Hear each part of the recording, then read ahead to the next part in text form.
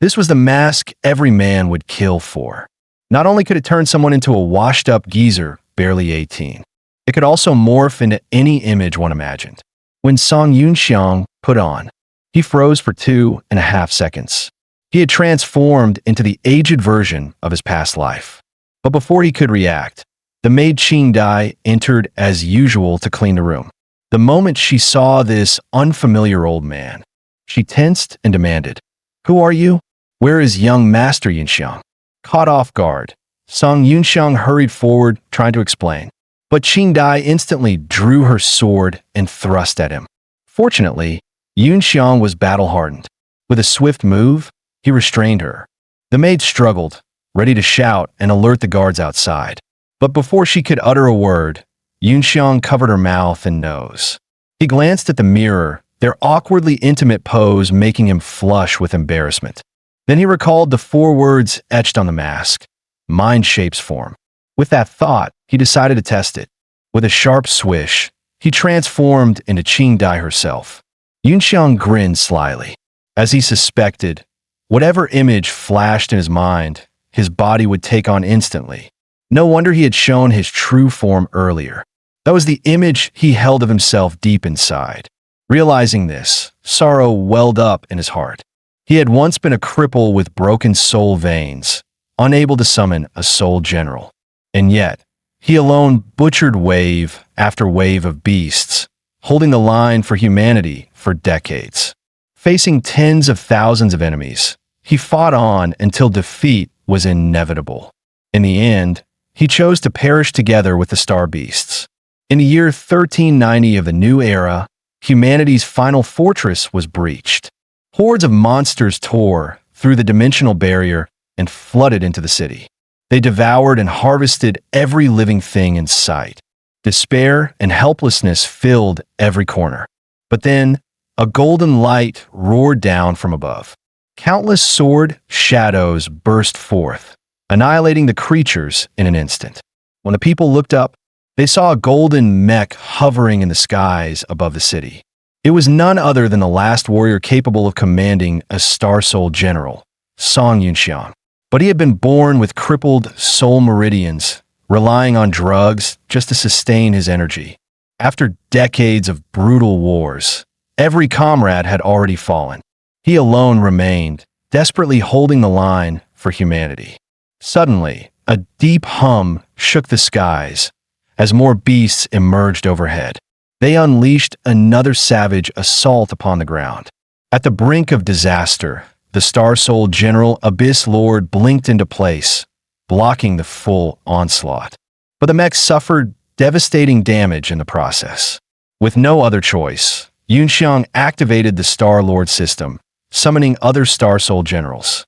The Star Lord system, an ancient power he had stumbled upon decades ago in a lost civilization's ruins. It granted him the godlike ability to replicate others' Star Soul generals. Chao Run, his flames could take the form of a raging phoenix. Bai Qi, balanced like a blade on the edge, wielding both speed and strength. Ao Bing, the cataclysm incarnate, unleashing devastation for miles. Lu Bu and Guan Yu, warlords of carnage, unmatched on any battlefield. And Longjiu, a powerhouse beyond compare. But because of the defect in his youth, he could only tap into a fraction, barely 20%, of their true might. Meanwhile, the rifts overhead kept tearing wider, splitting the sky apart. Stronger beasts kept flooding through in endless waves. One man alone could no longer hold them back. In the end, to buy time for the survivors to escape, he made his final decision. To those who once entrusted me with humanity's future, forgive me. With those words, he ignited his own life and triggered self-detonation. In an instant, countless beams of light erupted like doomsday fireworks across the battlefield. Newborn monsters struck by the blast were reduced to blazing fireballs. The earth shook with relentless, thunderous explosions. When the smoke finally cleared, only a massive crater remained, stretching for thousands of meters, everything within erased. "Hey, Song Yunxiang, snap out of it, wake up." At that call, his eyes snapped open once more. He found himself in an unfamiliar place. In the mirror, staring back, was the face of his 18-year-old self. This is Nanzhou Mecha Academy? I've gone back 60 years. 60 years ago, he was a cripple with broken soul veins, despised as a worthless failure by his clan. His father, desperate to protect him, pulled strings to send him into Nanzhou Mecha Academy of the Tiandu Kingdom. Back then, he wasted his days in indulgence, drinking and fooling around, until the fall of Tiandu, when the Song clan was annihilated and even the academy was destroyed by the Beast Tide. Only with the help of the Star Lord system did he barely survive time and again. And now, to his shock, the system had returned with him. But regrettably, all the Star Soul generals he once copied were gone. From his past life's memory, the Beast Tide would strike the academy in just 3 days. Instructors, classmates, elders, brothers, countless lives would be lost in that battle. Back then, he could only watch it unfold, powerless to stop it. But this time was different. He had returned with 60 years of memories and experience. Song Yunxiang, get them out of here. Don't go back, Yunxiang. You can't save the Tiandu Kingdom. Yunxiang, leave. The warriors of the Song clan will die with Yong'an City. Your soul veins are crippled. You can't fight. Go and keep our bloodline alive. Those voices from the past burned in his mind, fueling his vow to rewrite every regret.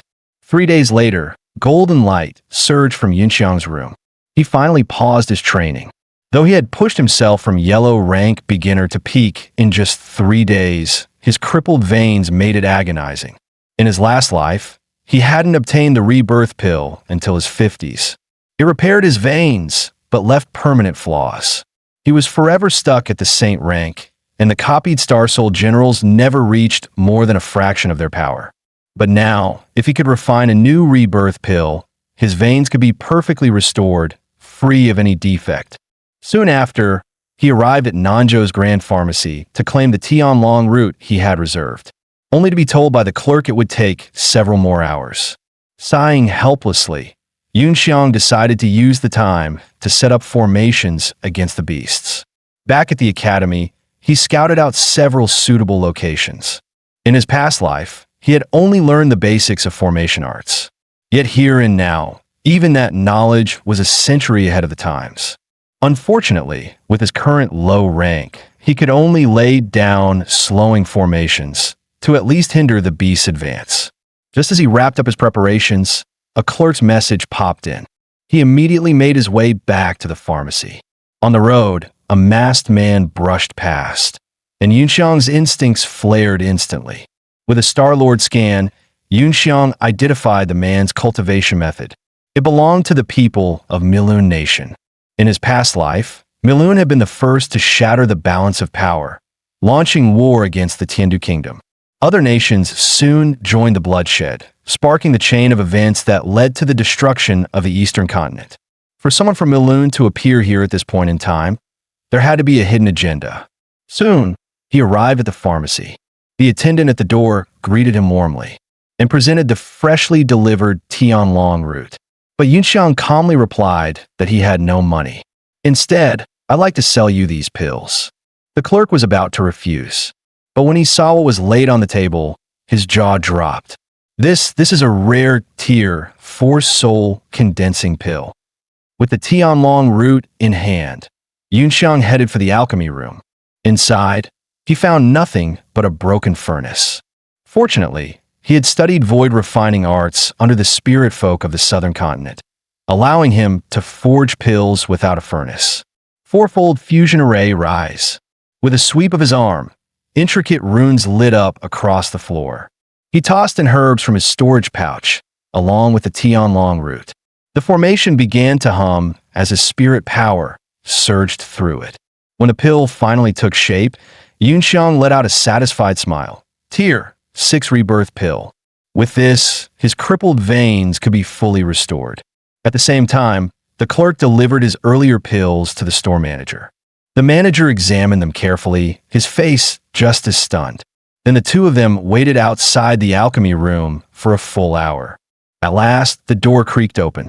Seeing them, Yunxiang couldn't help but smile inwardly. Hook, line, and sinker. After introductions, the manager cautiously produced a red bottle and asked if it was truly the legendary Tier 5 Bloodburn pill. The Bloodburn pill, known to shatter bottlenecks for rising soul masters, was so rare that even he had scarcely seen one. Song Yunxiang confirmed the manager's guess and placed 2 more pills on the table, saying he would sell them as well. The manager froze as if struck by lightning, stunned beyond words. And that was exactly what Yunxiang wanted. Behind Nanzhou Pharmacy stood the Hong Chamber of Commerce, one of the 3 great trading guilds of the Eastern continent. Wealth, rivaling nations, connections reaching everywhere. All of this was part of his plan to withstand the coming beast tide. He needed to raise his strength quickly and build a power base of his own. A giant like the chamber was the perfect fish to reel in. He then sold the pills at a so-called friendship price, handing them all over. Once the manager left the pharmacy, he immediately reported the matter to the chamber's higher-ups. On his way back, the sudden appearance of a red-haired girl made Yunxiang's heart tremble.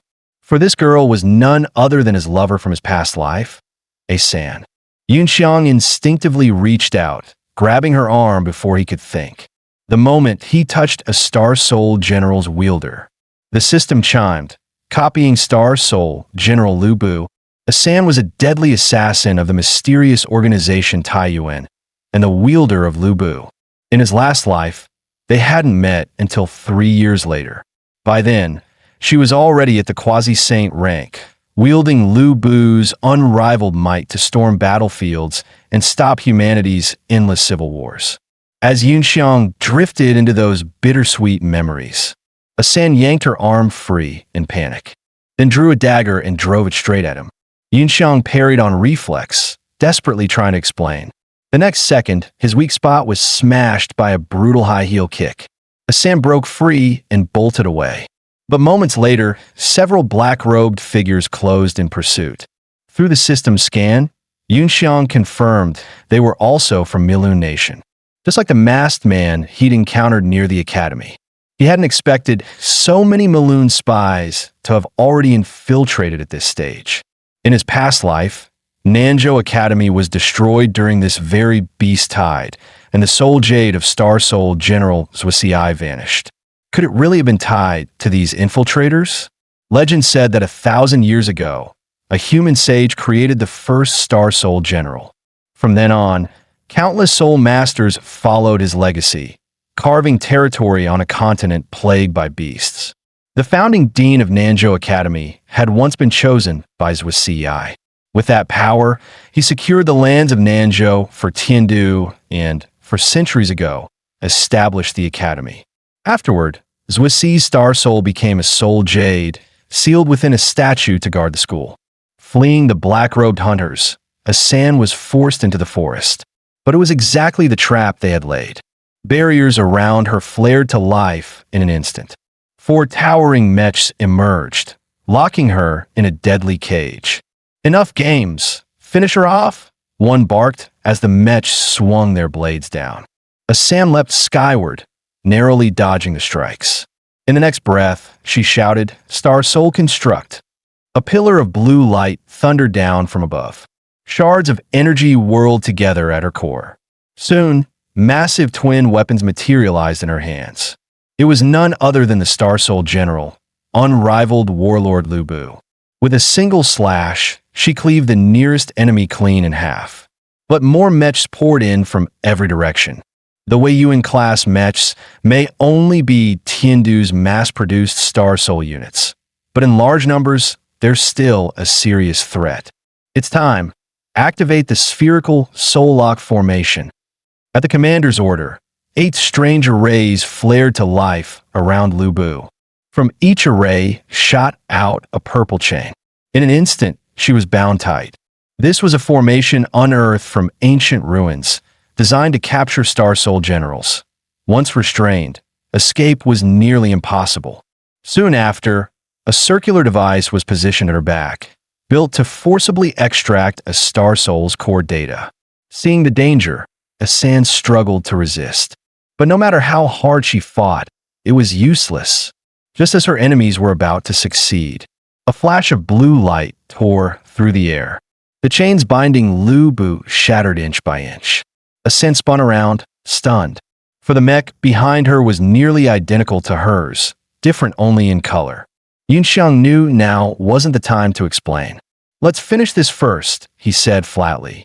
Ascend snorted coldly, offering no argument. Together, they dove headlong into the enemy ranks. More and more foes fell beneath their assault. But suspicion stirred in Ascend's mind. That man was clearly only at yellow rank. Yet every strike landed with surgical precision, his minimal movements piercing mech cores with ease. The precision of his soul force, the crisp, lethal efficiency of his moves. Utterly impossible for someone of yellow rank. His combat style was like that of a battle-hardened veteran with decades of experience. With the last grunt cut down, both Yunxiang and Ascend turned to the squad leader and barked, "You mangy bald rat, get down and surrender." Such humiliation. How could the old brute endure it? Roaring, he charged forward with his blade. But before he could close the distance, Yunxiang severed both his arms in a single flash. "Spit it out," Yunxiang growled coldly. "What exactly are you Miloon dogs plotting?" Realizing he'd been exposed, the leader's eyes twisted with malice. He ignited his soul force, ready to blow himself up. But before Yunxiang, such a trick was child's play. With one crushing punch, he shattered the mech in a scrap. The leader's body was hurled into the ground by the backlash.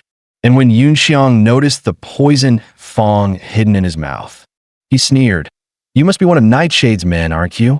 Nightshade, the mercenary king who commanded 330,000 remnants of Tai.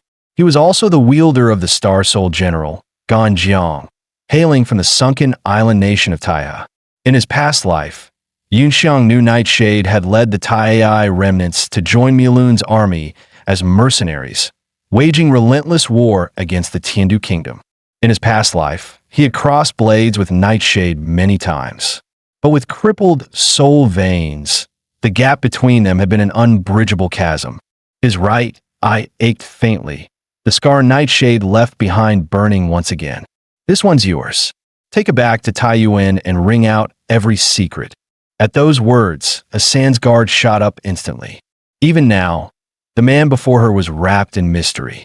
"Relax. I'm not your enemy, nor Taiyuan's. In fact, our goals align to unite humanity against the real enemy." As soon as he finished, a sudden gale howled, and the sky darkened. Yunxiang's face hardened at the shift. A rift? Impossible. The beast tide is arriving earlier than it did in my past life. Yuanding City is in danger.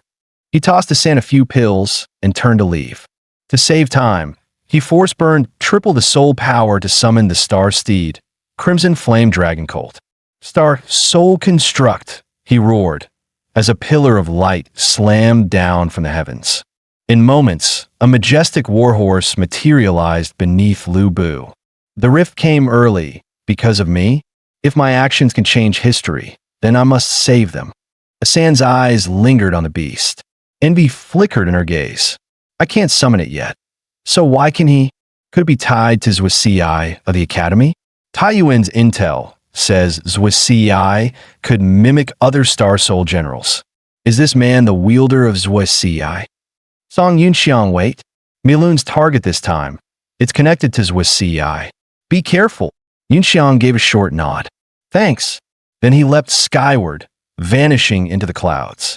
At the same time, within Yuanding City's western district, battle raged in bloody chaos.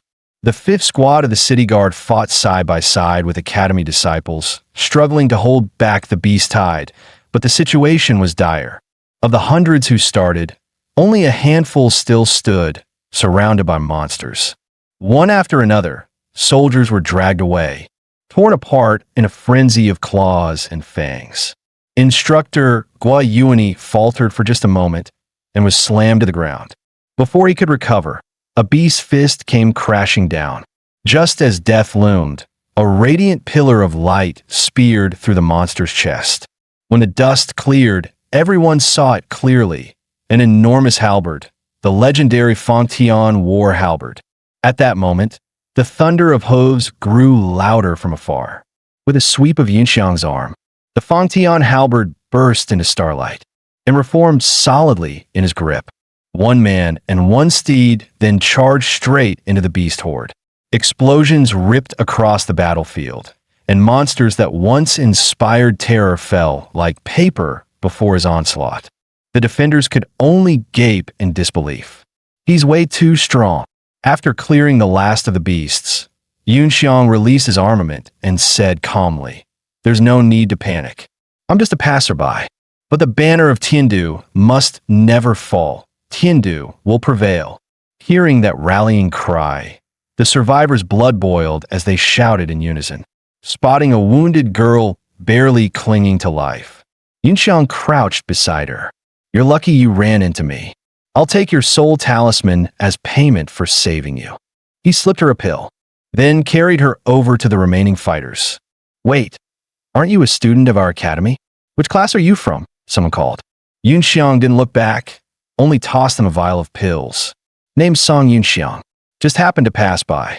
With that, he summoned the dragon colt once more and galloped toward another battlefield. The rescued girl etched his name deeply into her heart. Along the way, Yunxiang cut down every beast in his path with unstoppable might, fully displaying Lu Bu's unmatched warlord power. But this scene did not go unnoticed.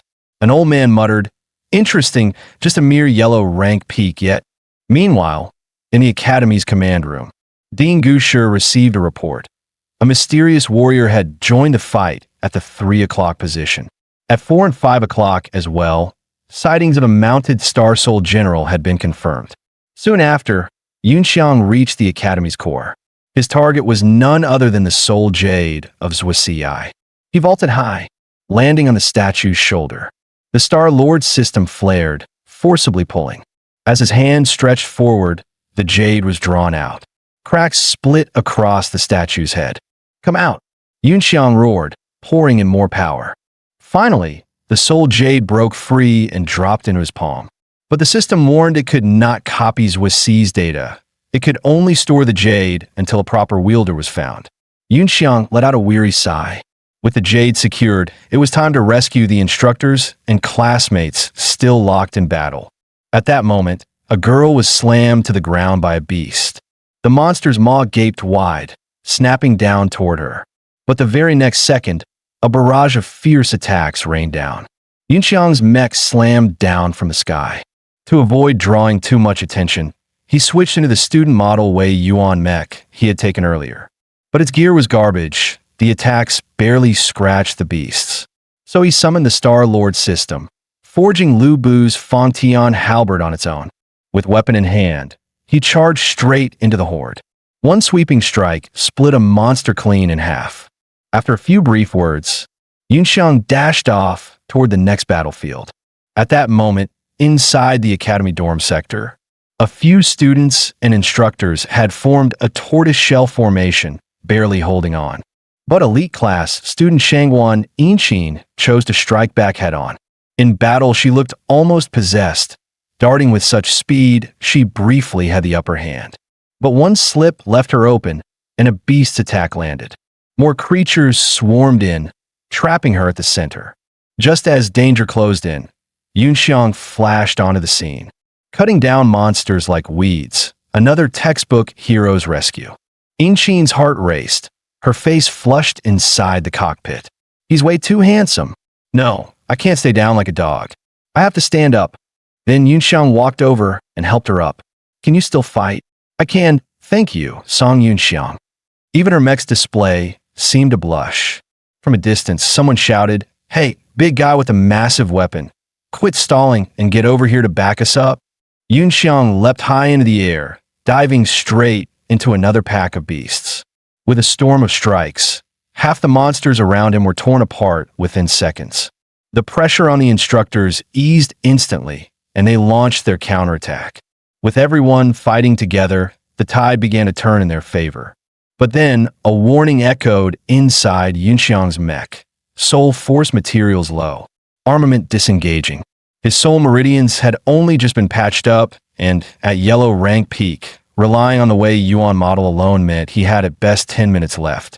As the last beast collapsed, Yunxiang's soul power bottomed out, and his mech dissolved away. When the others saw his face, shock rippled across the group. It's him? That first-year failure, the so-called 3-minute quick boy, Song Yunxiang. At the same time, inside the command room, Dingu Shijing narrowed her eyes. Wasn't he supposed to be a cripple with defective meridians? Once this beast tide is over, I want him brought in and questioned immediately. With the threat temporarily gone, the others also dismissed their armaments. But tensions still hung heavy. No one knew when the next wave would hit. Everyone was rushing to recover their soul force. Shangguan Yinxin stepped up to Yunxiang, her voice soft and shy as she whispered her thanks. Song Yunxiang's eyes flickered with surprise at the mention of her name. He remembered clearly. In his past life, Shangguan Yinxin had been the wielder of the Star Soul General, Longju. During the final battle between Tiandu and Malun, the Shangguan family betrayed Tiandu at the last moment. This crazy woman had been his enemy, trapping him in life-or-death situations more than once. If not for sheer luck, he would have died at her hands. With that thought, Yunxiang suddenly grabbed her hand. Star-Lord system. Copy her Star Soul General, Longju. Once copied, he could finish her off and eliminate a dangerous enemy ahead of time. But to Yinxin, his firm grip meant something else entirely. Her cheeks flushed. He's holding my hand. Is he confessing? But father said our family only accepts son-in-laws. Would Junior Song agree to marry into our clan? The system's response shattered her fantasy. Copy failed. Target does not contain Longju's data. Yunxiang instantly recalled. She was supposed to obtain Longju's soul jade 10 months later during a secret realm expedition. Flustered, he quickly let go of her hand. Based on his past life, she had a survival trump card even without his help. Not only could he not kill her now, he had to make sure she survived long enough to get Longju. With that thought, he produced a pill and handed it to her. When the others saw the Tier 5 soul renewal pill, they were dumbstruck. Too generous. Shangguan Yinxin swallowed it down. A soft moan escaped her lips as the effects surged through her body. Rich, gentle soul force not only refilled her instantly, but overflowed like crashing waves. Nothing she had taken before even compared. This was a supreme-grade pill. Yunxiang casually followed up by casting a Tier 4 soul gathering array. Within the formation, recovery speed skyrocketed to more than 5 times the norm. Gasps of astonishment echoed around once more. Rest well, everyone. I'll head to the training grounds to check the situation. With that, Yunxiang summoned his mech. He leapt high, soaring into the air. Wait, I'm coming with you. Yinxin, unwilling to be left behind, activated her soul card. In a flash, she vanished from sight as well. Meanwhile, at the Academy's central grounds, instructors and students were retreating in a grueling fight. They relied on the terrain to chip away at stragglers among the beasts. But soon the monsters changed tactics, switching to ranged attacks. Boom! Blinding beams rained down on the crowd. The defenders were caught off guard, their earlier advantage wiped out. Before they could regroup, the beasts launched yet another assault. The Wei Yuan-class shields were useless against such attacks. Just when despair was about to crush them, a blazing light streaked across their vision. Song Yunxiang had arrived. He swung the Fangtian halberd, drawing the beast's attention. With another sweep, the halberd reformed solidly in his grasp. He poured soul force into his legs. His figure wove nimbly between enemy attacks. Closing the distance in a blink, he split a beast clean in two. Within moments, more than a dozen monsters were slain. Only then did Shangguan Yinxin rush to catch up. Yunxiang dismissed his armament, smiling as he greeted the two instructors. Instructor O, Instructor Chung, it's been a while. Instructor O glared at him, puzzled. Kid, where have you been these past few days? No, wait. How the hell were you that strong just now? Chung Yi followed up, equally doubtful. Weren't your soul meridians crippled? You were supposed to last only 3 minutes in a fight. Why pretend to be injured and hide your true strength since the day you enrolled? We appreciate the help, but you owe us an explanation. Faced with their questioning, Song Yunxiang was momentarily at a loss for words. Then, a thunderous roar cut through the air. Everyone looked up. A majestic mech plummeted from the sky. With a deafening crash, it slammed into the ground. As the armor disengaged, the figure of the dean emerged. She strode straight towards Song Yunxiang. With a single gesture, she activated the mountain guard array, raising a soundproof barrier. Yunxiang remained calm, ready to refuse on the grounds of privacy. But the shrewd dean already had her theory. You've been faking weakness, sneaking into Jiwu Academy through family ties. Your true aim is Zuoxi's soul jade, isn't it? Stepping closer, her presence pressed against him, making Yunxiang uneasy. She studied his expression and grew even more convinced. Stop pretending. That red Lubu we saw, it was you, using Zuoxi's special mimicry powers to fake the appearance. According to Tiandu records, Zuoxi could not only mimic other Star Soul generals, but also imitate their skills and conceal a Soul Master's true power. With that, she dispelled the barrier, letting everyone hear her words. Yunxiang froze. Her reasoning was so airtight, even he almost believed it himself. He hadn't planned on hiding the Star-Lord system forever, but since she had mistaken it for Zuoxi's power, why not let Zuoxi take the blame? With a wave of his hand, he declared, "Fine, no more hiding. You're right. I did obtain Zuoxi's soul jade." Gasps erupted. So it's true.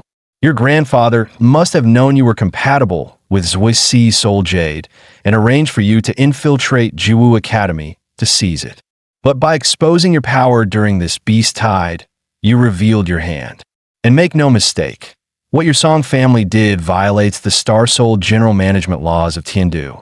Treason charges wouldn't be out of the question. Yunxiang opened his mouth to explain, but Gu Shijing cut him off. Why don't we strike a deal instead? This beast tide, it's too coordinated. We've identified 3 suspected devices fueling it. I've already sent a Heaven Tier Master to the East District. I'll handle the South. I need you to head to the North. You don't have to suppress it completely. Just rescue one person for me. Yunxiang's heart tightened. Whoever it was, they had to be important. Gu Shijing confirmed. Correct. I need you to save the second prince of Tiandu, Tian Zihai. Yunxiang knew the name well. The second prince, a hardliner of the royal family, was infamous as a war fanatic who pushed for open conflict with Milun. In his past life, rumor had it Tian Zihai died during this very beast tide. The official story blamed Taiyuan assassins, which led to Asan's wanted status. But Yunxiang knew Asan wasn't the killer. Gu Shijing set her terms. Save the prince, and I'll make sure Jiwu Academy petitions for your legal ownership of Zuoxi's soul jade. On top of that, I'll grant you one more favor within my authority as dean. With conditions laid out like that, Yunxiang had no reason to refuse. Forget it. Time to join the chaos and see for myself. Star-Lord system. Summon the Crimson Flame Dragon Horse, Star Soul Construct. At his command, a mighty warhorse materialized beneath him, exuding a fiery aura. Just as Song Yunxiang was about to charge off, Shangguan Yinqin followed. Learning he possessed Zuoxi only deepened her resolve to make him the Shangguan family son-in-law. With a graceful leap, she landed right behind him on the saddle. Hold tight. If you fall, I'm not picking you up. The next moment, the warhorse vanished with a thunderous boom, disappearing from sight. Elsewhere, the royal guards, once 100 strong, were reduced to a handful of bloodied survivors. Even Lu Xinwu, a heaven-tier warrior, was barely clinging to life. Prince Tian Zihai looked at him, guilt flooding his eyes. Had Lu not shielded him with his own life, he would already be dead in Milun's trap. The beasts pressed forward again. From the smoke loomed a colossal silhouette. It was the same heaven-tier fiend that had appeared in other battle zones, the Qiongqi. At that moment, Song Yunxiang arrived. But as a peak royal tier, defeating a heaven-tier monster was all but impossible. To buy time, he infused his Feng Tian halberd with formation power, forcing a barricade across Qiongqi's path. Meanwhile, he sent Shangguan Yinqin to extract rift crystals from fallen beasts. By the time he was about to collapse, she returned, clutching 3 glowing crystals. Yunxiang seized them and charged straight at Qiongqi. As he closed in, he launched himself high into the air. Crimson Flame Dragon Horse, Star Soul Construct, Fangtian Halberd, return. At his shout, the halberd on the ground shattered into starlight, reforming solidly in his grip. With no barrier left, Qiongqi opened its maw and unleashed a ranged blast. Yunxiang twisted his body aside, barely evading the strike. Missing its mark, the beast stomped down and propelled itself skyward in a single leap. Lu Bu's phantom surged forward, halberd in hand, to meet the assault. Their collision sent shockwaves ripping through the battlefield. Yunxiang was hurled away, smashing through several buildings before finally stopping. But his goal was already achieved. Detonate! At his command, the rift crystals he had planted beside Qiongqi began to quake violently. A heartbeat later, they erupted, filling the air with a deafening explosion. Soon, the smoke cleared, revealing Qiongqi's half-vanished palm. Sorry, I'm no match for a heaven tier yet. Had to rely on some dirty tricks. Tian Zahai's eyes lit up with awe. Brilliant! Infusing soul force into rift crystals, overloading them to cause a localized space collapse. What a wild maneuver. The beast, though wounded, recovered and clashed with Lu Bu once more. Yunxiang knew his current realm couldn't sustain a construct strong enough to match a heaven tier head-on. He had only one option left. He seized a crystal and hurled it straight into Qiongqi's gaping maw. At the cost of his arm, he rammed it deep inside. Gritting his teeth through the pain, he muttered, "Detonate." In an instant, violet lightning raced across the beast's body. With a thunderous boom, Qiongqi turned into a blinding sphere of light. Meanwhile, atop a nearby skyscraper, a group of masked operatives was setting up strange equipment. Realizing their mission had failed, they moved to retreat. But Old Master appeared before them without warning. Panic spread among the group. Some scrambled to summon their mechs for a desperate stand. The next second, they were all stomped unconscious by a single kick. He snatched up one survivor and strode away. On another battlefield, legions of armored soldiers swarmed Qiongqi. Under sheer numbers and relentless firepower, the beast finally collapsed with an earth-shaking crash. The crowd erupted in triumphant roars. A heaven-tier beast is nothing. We could slay 10 more. Dingu Shijing kept her expression calm. Though inside, she was drenched in cold sweat. She knew full well how terrifying a heaven tier was. Victory through mass assault came only with heavy sacrifice. Just then, Old Master descended from the sky, offering a casual greeting. The Dean immediately released her mech and bowed respectfully. "This one I caught near the rift in East District, a spy from Milu Nation.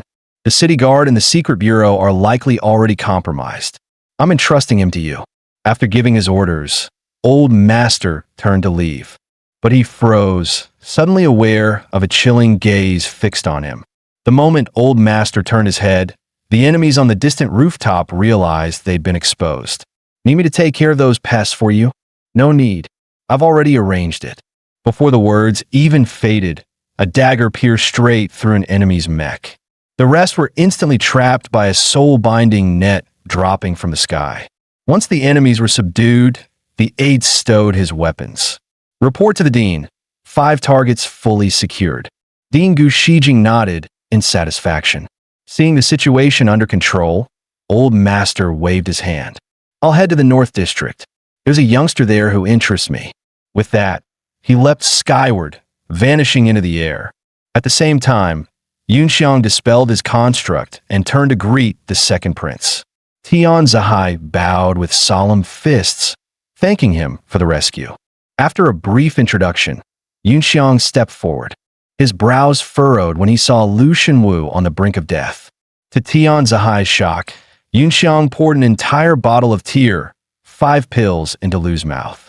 The surge of potent medicine quickly pulled Lu back from the edge.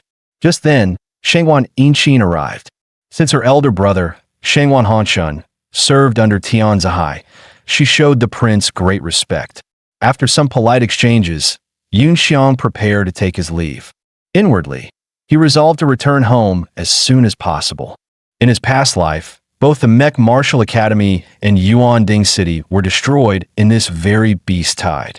He had fled south with refugees, detouring through the Death Desert, spending over 20 days to finally reach the Song clan.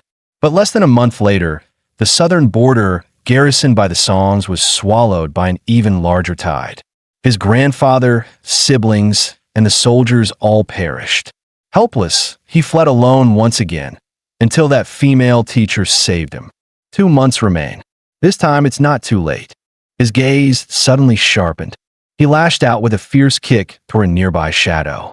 But in the next instant, a hand caught his foot and an aged voice rumbled. "Kid, you're more interesting than I thought." Everyone around tensed instantly. The old man spoke calmly. "You've hidden yourself well in the academy." He hadn't expected someone at Mere Yellow Peak to sense the aura of a half-saint. As the haze dispersed, Yun Xiang recognized the figure. It was none other than the gatekeeper old master of the academy. Yun Xiang immediately bowed deeply. Su Heming, first of the 3 swords of Nanzhou. At 30, he had already stepped into Heaven Tier, sweeping the eastern continent with his famed technique one sword to shatter rivers and mountains. For a single promise, he once rode alone for thousands of miles to aid the northern front, felling 3 airborne warships with one strike. It's said he reached Heaven Tier perfection more than 20 years ago, but the step to Saint Tier remains an unbreakable wall. From then on, he wandered the mortal world, seeking the slightest chance to break through to Saint Tier. Yet he never succeeded. At Heaven Tier perfection, he earned the title Half-Saint. Hearing Lu Xinwu's introduction, everyone around bowed with respect. Yun Xiang's mind raced. In his past life, a cultivation system for saints had already been created. Even a cripple like him had reached Saint Tier. If he could train an entire army of saints now, wouldn't they crush this entire era? And right before him, wasn't Su Lao the perfect test subject?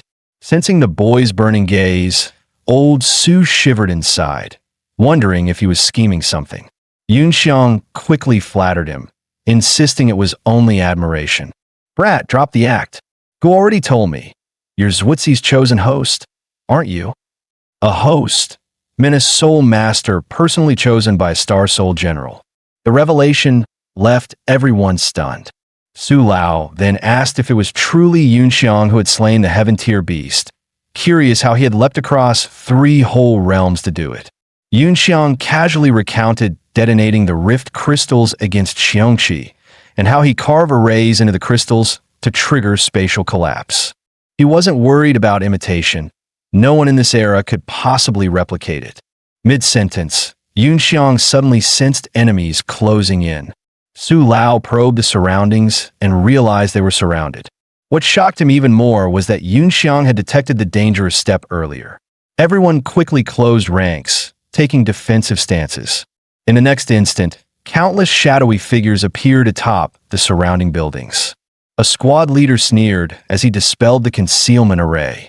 "So we've been spotted? No matter. All units drop stealth. Kill Tian Zihai, second prince of Tiandu. Begin the operation." The crushing aura rolling off him stunned everyone present. Yun Xiang tossed Su Lao a pill and strode forward. Su Lao caught it, his eyes widening in disbelief. At the leader's command, the ambushers all pulled their triggers. In an instant, a storm of energy beams roared toward them. But as the smoke cleared, those inside Yun Xiang's array stood untouched. Yun Xiang leapt high, breaking free of the formation. "Su Lao, keep those 2 safe. I'll deal with the fodder. Commander Lu, that Heaven Tier captain's mech is yours." At once, Lu Xinwu vaulted into the air. He roared, "Star Soul Construct."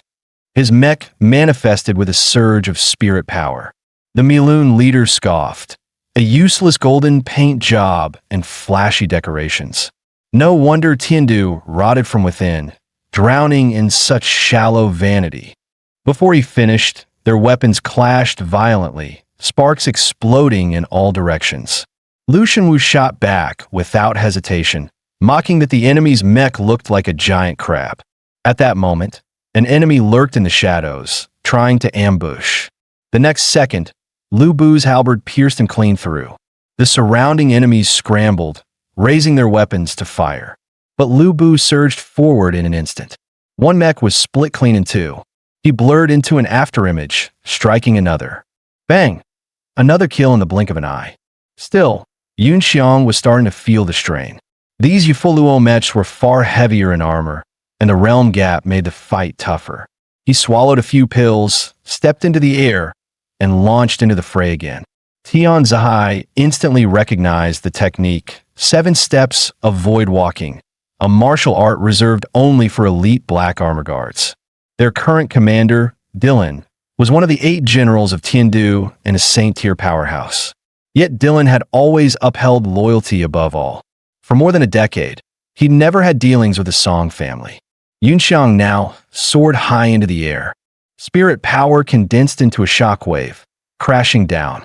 Several mechs were cleaved in half at once. Tian Zihai's eyes widened. That was Commander D's signature technique, Falling Moon Slash. The force behind Song Yunxiang was far greater than he had imagined. With protective layers around them, those on the ground were relatively safe for the moment. Even stray attacks were intercepted by the array. Old Su couldn't help praising aloud. The outer shield scatters the beams with a lens, while the inner barrier absorbs the shock with just a trace of spirit power. Brilliant! This boy's array work has already surpassed the limits of this era. In the distance, 2 mechs, seeing ranged attacks fail, crept closer for melee. Just as they closed in, Fang Tian halberd flashed down, killing one instantly. But the other had already raised its blade, snarling, "Die first, you old bastard." With both hands, he swung down hard. When the smoke cleared, cold sweat drenched him. Old Su stood there, casually gripping the blade with one bare hand. He muttered coldly, "Degenerate times attacking an unarmed elder." Then, like lightning, he leapt upward. With a light kick, the mech's massive arm shattered piece by piece. He followed with a single strike, cleaving the other shoulder clean off. The onlookers couldn't hold back their exclamations. Holy crap! Meanwhile, the duel between 2 heaven-tier warriors was reaching its climax. Lu Shenwu's dragon tail whip strike blasted the enemy leader hundreds of meters away. The man froze in disbelief. Wounded as he was, why did his opponent seem even stronger than before? Not only had the target Lu Bu appeared, but there was also a half-saint standing beside him. With a thud, he dropped to his knees, bowing low. "Sacred Envoy, I beg for your aid." At his cry, a shadowed figure on a distant rooftop finally revealed herself. Up close, it was a woman in a bull-headed mask, her chest full and generous, her figure strikingly alluring. Her name was Manluo, an inspector of the Pingtian sacred sect, and herself a half-saint. Tian Zihai, seeing the mask, instantly recognized her as one of the demon sect. Elder Su's expression grew solemn.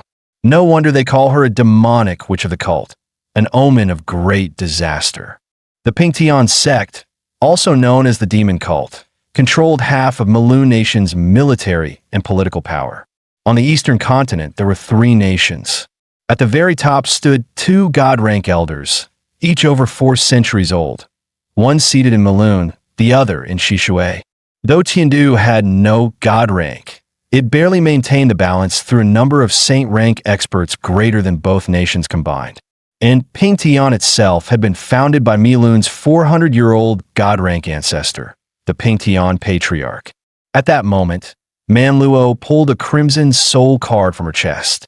Star Soul Construct. With her shout, countless crimson beams surged around her. But just as they were about to take form, the glow suddenly collapsed. In the same instant, an explosion thundered where Lu Shenwu stood. When the smoke cleared, he was sprawled on the ground, unconscious. Manluo's figure flickered, darting straight toward her next target. Elder Su quickly drew his own soul card. A heartbeat later, their weapons slammed together with a deafening crash. The shockwave blasted nearby, mechs off their feet. Even the protective formation shattered to pieces in an instant. Luckily, Song Yunxiang rushed in time to pull both men out of harm's way. Manluo feigned retreat, slipping back to create distance. Then, with a sudden flick, she hurled two weapons forward. Careful! Elder Su shouted a warning to Song Yunxiang. At the last critical moment, Yunxiang unleashed the 7 steps of star treading, narrowly escaping the strike. Seizing on Su's distraction, MANHWA darted in close for a sneak attack. With a resounding boom, she blasted him hundreds of meters back. Su barely had time to steady himself when MANHWA instantly reappeared behind him. Her weapon came chopping down toward his skull. Su snapped his head back just in time, evading by a hair's breadth. He countered with a swift horizontal slash of his broken sword. But MANHWA's speed was overwhelming. She blurred behind him once more. Soul force surged into her leg as she lashed out with a brutal kick. Boom! The impact sent Elder Su flying again. The next second, MANHWA was already upon him, weapon raised for the kill. As she was about to close in, Old Su seized the moment and unleashed his ultimate move. Demonis, taste this sword of mine. This strike was meant for a saint. It's called Blazing God Fire. With a shout, a violent sword aura shot skyward, then crashed down like a blazing meteor. MANHWA had nowhere to run. The strike locked onto her and hit dead on. Countless buildings on the ground collapsed under the shockwave. When the smoke cleared, only a wasteland of rubble remained. Yet to everyone's shock, MANHWA had endured it. No wonder she was half a step into the saint realm. Even with a battered mech, she could still withstand that blow. She licked her lips, sneering. Fine, I didn't want to use this, but you forced me. Activate Heaven Demon Disassembly Mode. At her command, the shattered mech reassembled itself. In this mode, I'm beyond half-saint. Call me a quasi-saint, she declared with manic laughter. Old Su said nothing, just gasping for breath, clearly drained. The next second, MANHWA vanished. When she reappeared, she was right at his side. A massive impact slammed into Su, his eyes unable to track her movements. She blinked again, flashing behind him. Another strike came crashing down.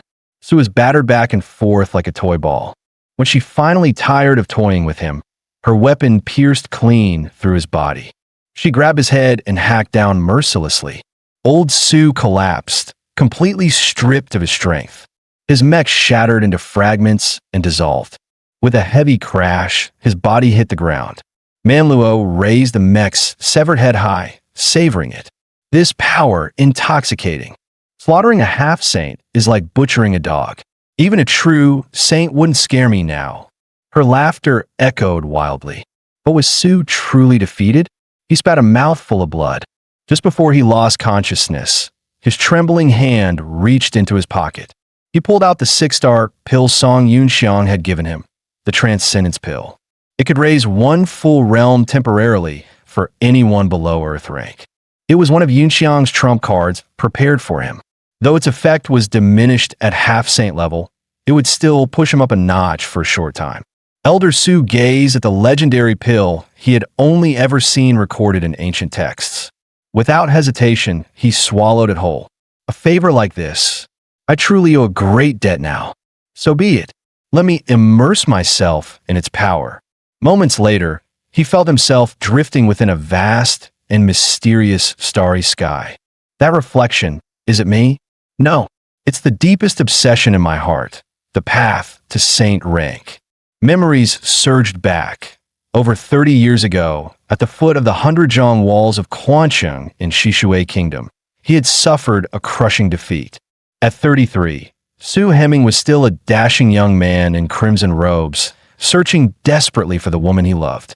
Yet, even at mid-heaven rank and with 2 trusted friends beside him, he was utterly helpless.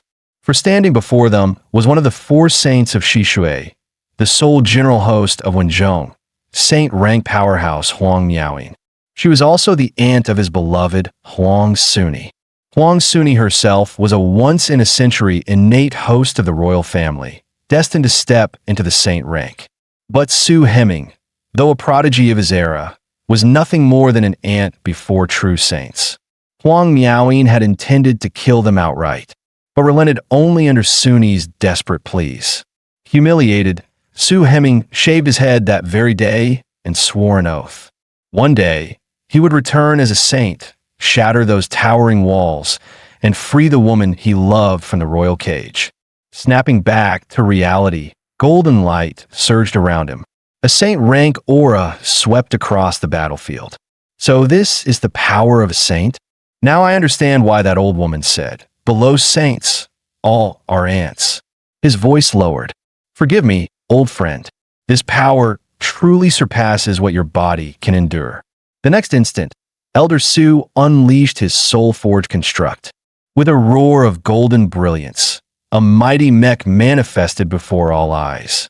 Feeling the overwhelming force, he finally grasped why Saint stood so far above the rest. He swung his arm almost lazily.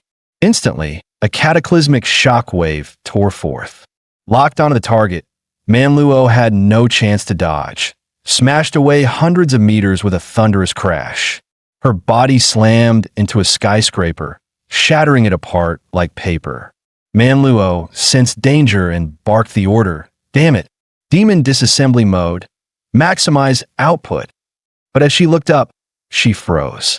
At some point, Elder Su was already standing right before her. "To cut you down, I no longer need a sword." He raised his arm and swung casually through the air.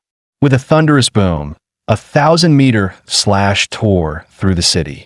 The terror of a saint tier revealed itself. Screams drowned beneath the roar of explosions. MANHWA's mech was obliterated, reduced to shards. When the smoke cleared, she lay unconscious, bathed in fading light.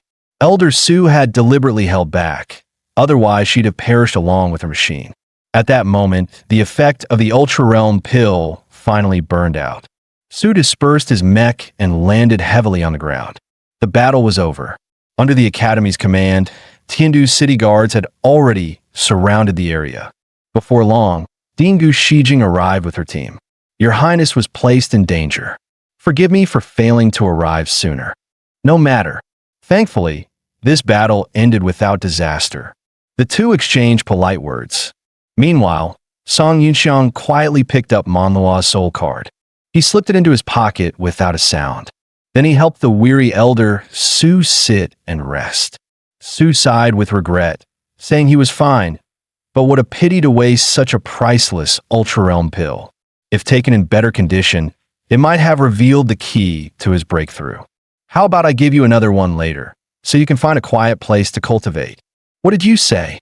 Elder Su nearly lost his composure. He rushed closer, asking excitedly if the boy truly had another. When Song Yunxiang nodded, Su's face lit with delight. "How could I ever repay such a debt?" "Kid, you know so-called heirs with CI, are you?" Song forced an awkward smile. "What do you mean by that, Elder?" Su sneered. "I've roamed the world, tempered myself in countless trials, even braved more than a few secret realms. I know what I see." Then he leaned in with a mischievous grin. "Don't worry. I'll erase every trace here and at the Academy. You just keep playing the role of Zui Si's successor. Consider that half of your favor repaid." Song feigned panic, realizing the old man was far shrewder than he appeared. Just then, Dean Gu's secretary rushed over. They had found the device responsible for triggering the rift in the Eastern District. The Dean and the second prince had gone to handle it, leaving the two free to return to the Academy and rest. Soon, an airship was arranged to escort them away. As they boarded, Song Yunxiang felt a sudden jolt, like he'd forgotten something. A moment later, he shook his head. "Forget it. Time to go." In a flash, the vessel turned into a streak of light and vanished into the sky. Back on the ground, Shangguan Yinxin clutched a medical kit, still searching for his figure. 10 days passed quickly, and the city's reconstruction was in full swing. During that time, Song Yunxiang never rested. Now he sat cross-legged in midair, cultivating. Empty medicine bottles littered the ground beneath him. With countless pills and formation support, he had already broken through to the early Earth rank. He wanted to keep pushing forward, but unfortunately his pills were all gone. So he had to contact shopkeeper Hong for another batch. The moment he opened his wrist device, dozens of missed calls and messages popped up. They were from the Dean and Shangguan Yinxin. "This Yander Sr. is such a headache," he muttered. With a flick, he tossed her into the blacklist. Then he returned the Dean's call. The line had barely connected when the dean's roar blasted through, demanding why he had gone off the grid. She then informed him that the workshop had already produced a prototype from the schematics he'd submitted days earlier. He needed to come inspect it immediately. After hanging up, Song Yunxiang stepped out of his dorm. Outside, the reconstruction was in full swing. His chest tightened with emotion. Though Tiandu had suffered heavy losses, at least the teachers and classmates who should have died were still alive. The items he had seized from the assassins sent after Asen, he had already turned over to the second prince, trusting they would prove useful once he returned to Tiandu. As for the spare Ultra Realm pill, he had casually handed it to the old gatekeeper, Elder Su. Passing through the square, he saw two mechs setting up a memorial monument. He had thought after so many brushes with death, he was already numb.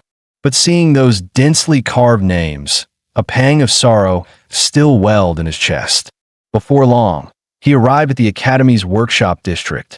The dean placed 3 soul cards into his hands. Based on your schematics, we've managed to build these 3. But the other 2 still have unresolved technical issues. She introduced the middle-aged man beside her. This is MANHWA Dengfeng, head engineer of Taishan Heavy Industries forge in Yunding City. These prototypes were built with his team's help. Hearing the introduction, Song Yunxiang stepped forward and bowed respectfully. But MANHWA Dengfeng was so nervous he could barely get a word out. Then, with a loud thud, he dropped to his knees, leaving everyone around stunned. Completely bewildered, Song Yunxiang hurried forward to help him up. But MANHWA refused to rise, his voice trembling. Young Master Song, this bow is my thanks for saving our forge that day. Back then, when the factory was surrounded by beasts, it was Yunxiang who had cut a bloody path and drawn their attention away, sparing countless lives. Yunxiang quickly waved it off, saying he didn't deserve such gratitude, urging him to stand. Yet MANHWA still knelt and instead made a shocking plea. Please accept me as your disciple. The words hit like a thunderclap. The dean and others around were utterly dumbfounded. MANHWA Dengfeng was a prestigious 4th-rank mech artisan, far above the Academy's own instructors. For him to bow like this was unthinkable. Dean Gu Shijing was about to pull him up. MANHWA held out his hand to stop her. From the schematics young Master Song provided alone, his mastery surpasses rank 6. Rank 6. Even I am unworthy to polish his boots. Yunxiang declined with courtesy. I have no plans to take disciples for now. But if you don't mind, let's treat each other as equals. I'll gladly share my design insights with you. Hearing this, Gu Shijing quickly stepped in and helped MANHWA back to his feet. Then Yunxiang drew out a soul card for testing. Star Soul Armament. In a flash, a Wei Yuan class artillery mech materialized before the crowd. Built for long-range firepower, one blast could carve a crater 100 meters wide, its might rivaling the cannons of Sky Dreadnought. Next, Yunxiang tested the other 2, the flying sword type and the shield gun type. Though not flawless yet, they were close to his expectations. Just then, his wrist device chimed. It was shopkeeper Hong from the pharmacy, reporting that Yunding Spaceport was operational again and the route to Yong'an City had reopened. A ticket was ready for him that very afternoon. Yunxiang's face lit up. Excellent. Many thanks, shopkeeper Hong. One more favor. Prepare another 100 million's worth of spirit herbs from the old list and deliver them to the port before this afternoon. Hearing there was yet another huge order, shopkeeper Hong eagerly agreed. Ending the call, Yunxiang dismissed his armament and turned to MANHWA. Please, lead your engineers to produce as many prototypes as possible in the coming days. Then he looked at Gu Shijing. Dean, please select capable instructors and students best suited to pilot these machines. Gu Shijing frowned, not understanding his intent. Yunxiang explained, I intend to hold you to your earlier promise. About a month from now, the southern frontier may need reinforcements. When that time comes, I hope you'll bring these elites to my side. Gu Shijing's expression changed drastically. She was about to ask more, but Yunxiang cut her off with a wave. Don't ask. I have my own sources. For now, it's only speculation. Once I confirm, you'll be the first to know. The Fifth Academy's rebuilding will keep classes suspended for another 2 months, right? I'll return to Yongin City for now. Farewell." With that, he turned and strode away without looking back. Not long after, in Yunding City's airship terminal, a vessel of the Hong Shipping Company was about to depart. As Song Yunxiang stepped into the hall, a commotion caught his ear. 3 adults with a child were arguing heatedly with the crew over their privilege tickets. His gaze fell on a little girl in a red dress. When he got a clear look at her face, he froze in shock. It's her, it's really her. In his past life, after the beast tide broke out, this girl had fled Yunding City with the refugees. Along the way, scattered beasts struck them again and again, driving the survivors further south into the desert of death. At last, they stumbled across a water source. Yun Xiang, exhausted and drowning in guilt, could barely stand. The little girl noticed the soul card in his hand. She walked up cheerfully. "Big brother, you're a Star Soul Master, right? Here, take this bun. If you eat, you'll have the strength to summon your mech and protect us." Though starving, Yun Xiang shook his head. In his mind, he was worthless, unworthy of such a precious gift. But then his stomach betrayed him with a loud growl. They looked at each other and chuckled, embarrassed. The girl broke the bun in half and offered him a piece. "Big brother, you're from Mech Martial Academy, right? I recognize that uniform." Yun Xiang said nothing. She kept talking. "My sister's a student there too. To help us escape, she and the instructors stayed behind to fight the beasts. They'll be okay, won't they?" Tears welled up despite herself. She quickly wiped them away. "I'm not crying. I'm strong. I'm Xiao Wan, daughter of a mech engineer. Someday I'll build a mech stronger than the Wei Yuan model and wipe out every last beast." Right then, her stomach rumbled as well. Yun Xiang hurriedly muttered that he didn't like carrot-filled buns. Xiaowen scolded him earnestly. "You're a Star Soul Master. You can't be picky. You need strength to protect everyone. And carrot filling is healthy. Okay. Come on, eat it. I'll watch to make sure you finish." Song Yunxiang had no choice but to gulp it down hungrily. The girl beamed. "When I grow up and become a mech engineer, I'll design a brand new Star Soul mech. And big brother, you'll be my exclusive pilot." Seeing the hope in her eyes, Yunxiang nodded in agreement. "It's settled then, pinky promise. And a stamp too. Now it's official." With that, she bounced back to her mother. But moments later, a beast burst from beneath the desert sands, charging straight at the refugees. Yunxiang stepped forward, fighting with everything he had. Yet the monster's rampage still left many civilians wounded. When the battle was finally over, he clutched his injured arm and tried to walk away. Then he froze at the sight of 2 severed arms. They belonged to the girl and her mother. A crushing wave of guilt and grief consumed him. Overhead, a piercing wail split the skies. The memory shattered, replaced by the noise of a heated argument in the present. The man was Tang Jinshui, former development director of Yunding City. Because he had resigned, regulations barred him from leaving until next week. His wife, Shun Dai, urged him to let it go. Just then, their niece, Shun Ruowei, stepped forward, showing her Star Soul Master credentials. The attendant replied that students of the Mech Martial Academy could board, but only alone, not with family. The air grew tense. At that moment, Yunxiang strode over. "I'll take them in. That should be fine, right?" He produced a Supreme card.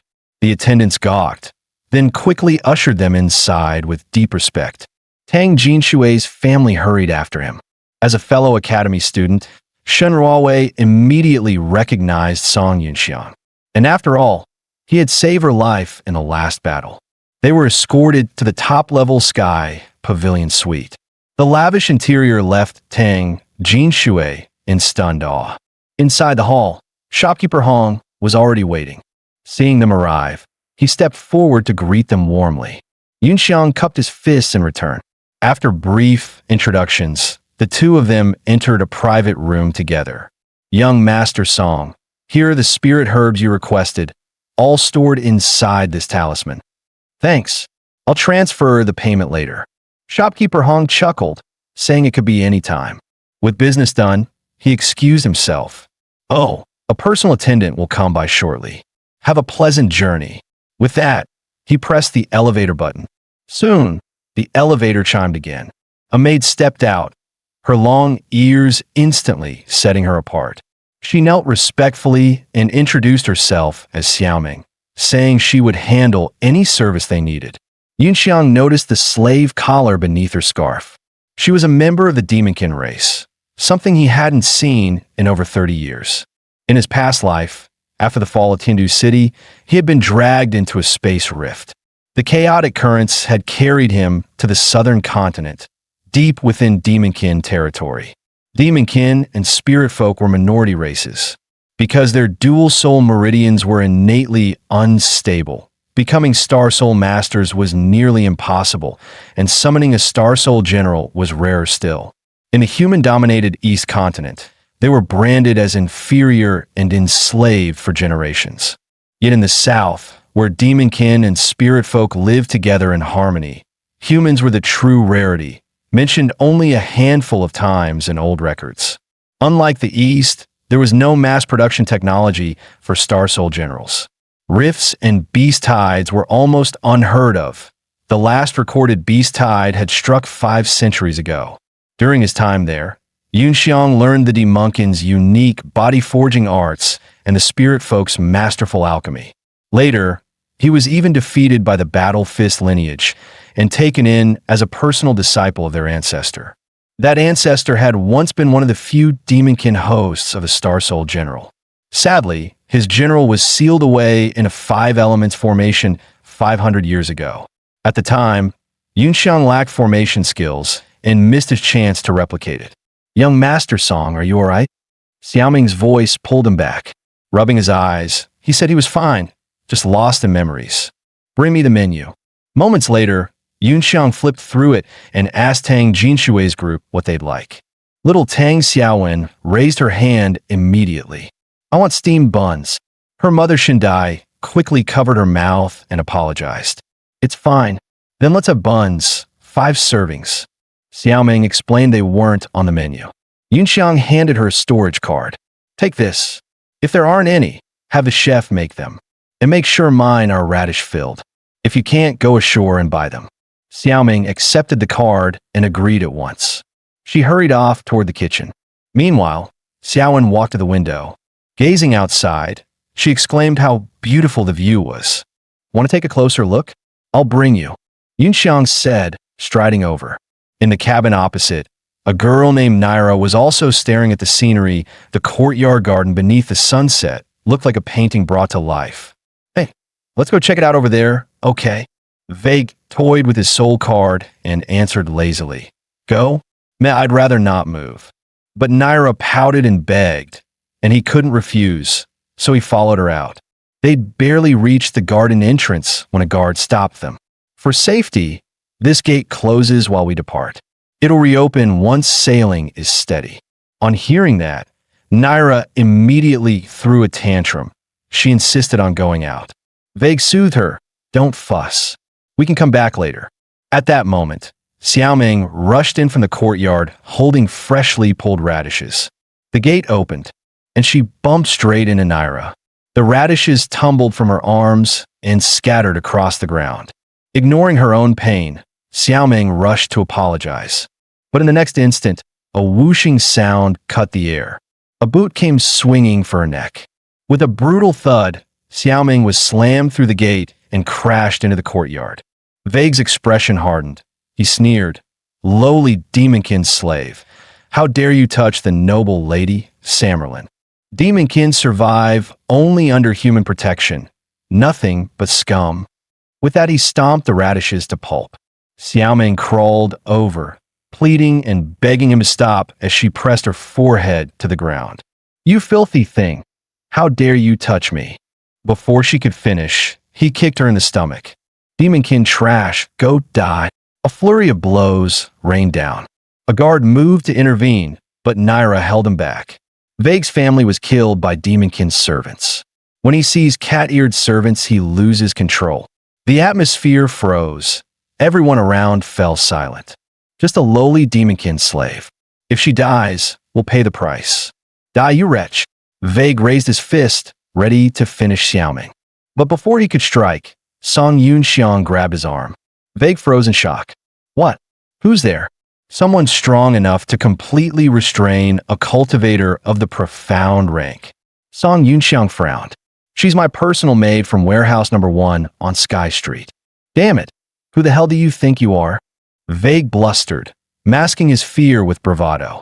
Let go of me, or I won't hold back. With that, he whipped out his soul card.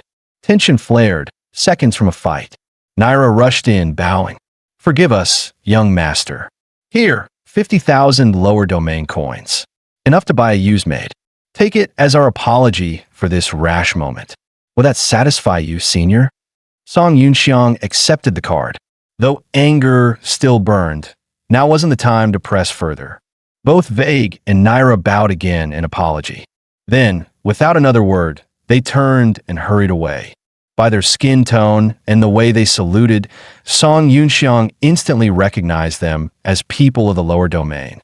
The lower domain lay southwest of Tiandu, a loose confederation of tribal chieftains. In his past life, Milun had joined hands with the Taihe remnants and the lower domain to strike Tiandu. Tiandu in turn allied with the Dragon Sea Kingdom, led by demonkin clans like the Merfolk. Among them, the Huiyan clan of the lower domain bore a blood feud with the Lan royal family of Dragon Sea. Their sole generals had clashed for generations, oil and water. Because of Dragonsea's deterrence, he had never seen the lower domain's armies on the battlefield until Tiandu's final war. The lower domain bordered demonkin settlements, and slave hunting was one of its core industries. Captured demonkin were traded as livestock to every nation. To them, demonkin slaves were just merchandise without dignity. Song Yunxiang thought to himself, if I hadn't lived among demonkin for so many years in the South Continent, I probably wouldn't care this much either. He pulled out a pill. Can you move? Open your mouth. Xiaoming waved frantically, shaking her head. This precious medicine. It must be worth more than my life. She forced a grin. Honestly, young master, us cat-eared folk are tough. Heh, I was faking earlier. Getting beaten like that. I've been used to it since childhood. Before she could finish, Song Yunxiang seized her by the chin. Ignoring her protests, he shoved the pill into her mouth. Don't overthink it. Just a simple rejuvenation pill. I've got plenty of those. With that, he turned and headed back into the cabin. Just then, a gentle melody drifted in from the courtyard. Song Yunxiang looked toward the source in surprise. There, a woman in flowing traditional robes was playing a stringed instrument. It's her, one of Tiandu's future 4 divas, Miss Jinghua. Memories stirred within him. Back when he served in the Black Armor Guard, he had been one of her die-hard fans. 3 years later, she'd rise to become a national treasure. I still remember many of her songs, even now. To think the rumor was true, that she once worked as a resident singer for Hong Shipping.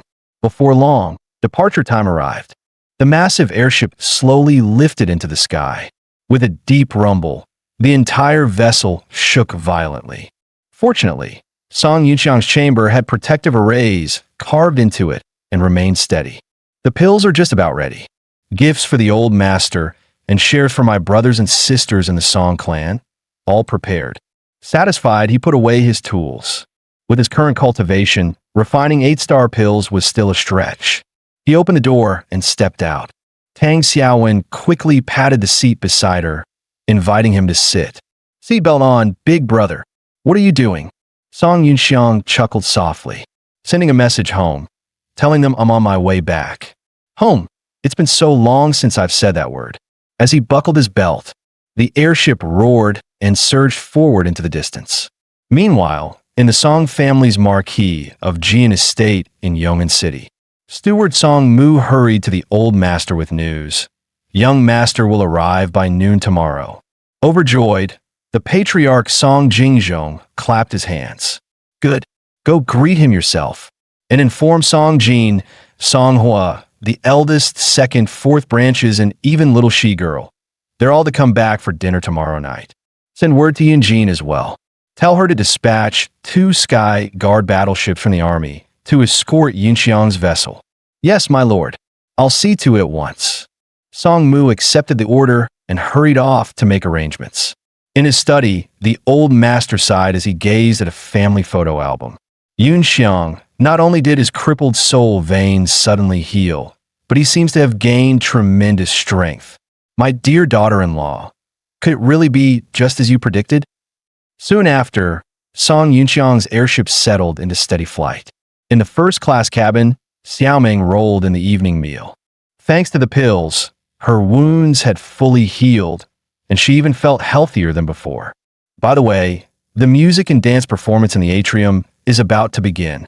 After finishing dinner, Xiaoming led Yun Xiang and his group to the performance hall. The seats for cabin 1 were in the center of the front row, the supreme section. To the left sat Zhang Dagui, the second young master of the Zhang clan from Central State. To the right were Nyla and Weiga. As everyone settled, the host stepped onto the stage. Honored guests, please enjoy our troupe's newest production. Adapted from the great victory at Yuanding City, based on the true story of a lone hero who turned the tide, the Battle of Yuanding City series. One rider against the horde. Hearing this, Song Yunxiang felt a chill, an ominous premonition. On stage, an actor stumbled forward, shouting for help. A swarm of Taotai beasts rushed in from all sides. Several Wei Yuan soldiers appeared, shockingly siding with the monsters. Just as the soldiers were slammed into the ground, star generals with CI made a dazzling entrance. The audience erupted in cheers. Infinite transformations. Change, change, change. In a flash, Zhuo CI transformed into the legendary General Lu Bu. Lu Bu charged forth, riding a wooden horse and wielding his Fangtian halberd against the horde. Zhang Dagui's eyes sparkled with stars. Admiration overflowed in his chest. Yun Xiang, however, sat stiffly, wanting to cry from sheer embarrassment. Don't be afraid, second princess. I'll save you. Yun Xiang spat out his tea. Second princess? What the hell? Wasn't it supposed to be the second prince? Fear not, princess. A mere Qiongqi is nothing. Come at me, kill. Kill. Kill. The battle raged on stage. Zhang Dagui was so moved he was practically in tears. In the finale, the princess offered herself in marriage, but Lu Bu turned away. Fate may bring us together again. Farewell. Yunxiang's face darkened. Are you kidding me? What kind of nonsense play is this? He wanted nothing more than to sink into the floor. Zhang Dagui slammed the table beside him. He shouted furiously, Young man, you've been making snide remarks throughout the performance. That's not only disrespecting Miss Jinghua, who adapted this play, but also insulting the senior it portrays. Apologize at once. Show respect to that elder. Zhang Dagui barked again, summoning his guards. Force him to apologize. Left with no choice, Song Yunxiang muttered awkwardly. All right, my apologies, everyone. That was my mistake. But Zhang pressed on. Too perfunctory. Show some sincerity in your apology.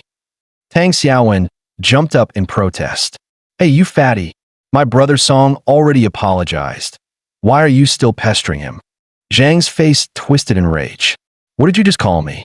Fatty? You're the fatty. Your whole family's fat. Just as the quarrel threatened to spiral, a gentle voice rang out from the stage. Gentlemen, could you give me some face? The moment they recognized Jinghua's voice, every gaze turned upward. Lin Jinghua, dressed in flowing traditional robes, had quietly stepped into the hall. She spoke softly. I heard the commotion backstage, so I came to mediate. Please, allow me a few words. First, thank you, young master, for your attention to our work. The story in the play is an adaptation of old tales. It is not historical fact. Perhaps the young master of Cabin 1 truly experienced the battle himself, which explains his criticisms. I take them humbly, but for commercial reasons, some exaggeration was inevitable. I beg your understanding. So why not let this rest here? Please enjoy the next performance, which I will personally sing and play. Song Yunxiang could only smile awkwardly and nod. Sounds good. Zhang Dagui, embarrassed, quickly bowed his head. I was impulsive. My apologies. The host announced, Next, Please enjoy Miss Jinghwa's original piece, Monument of Soul Generals. With that, a wave of music and song rippled through the grand atrium. Listening below, Yoon Xiang was overwhelmed with emotion.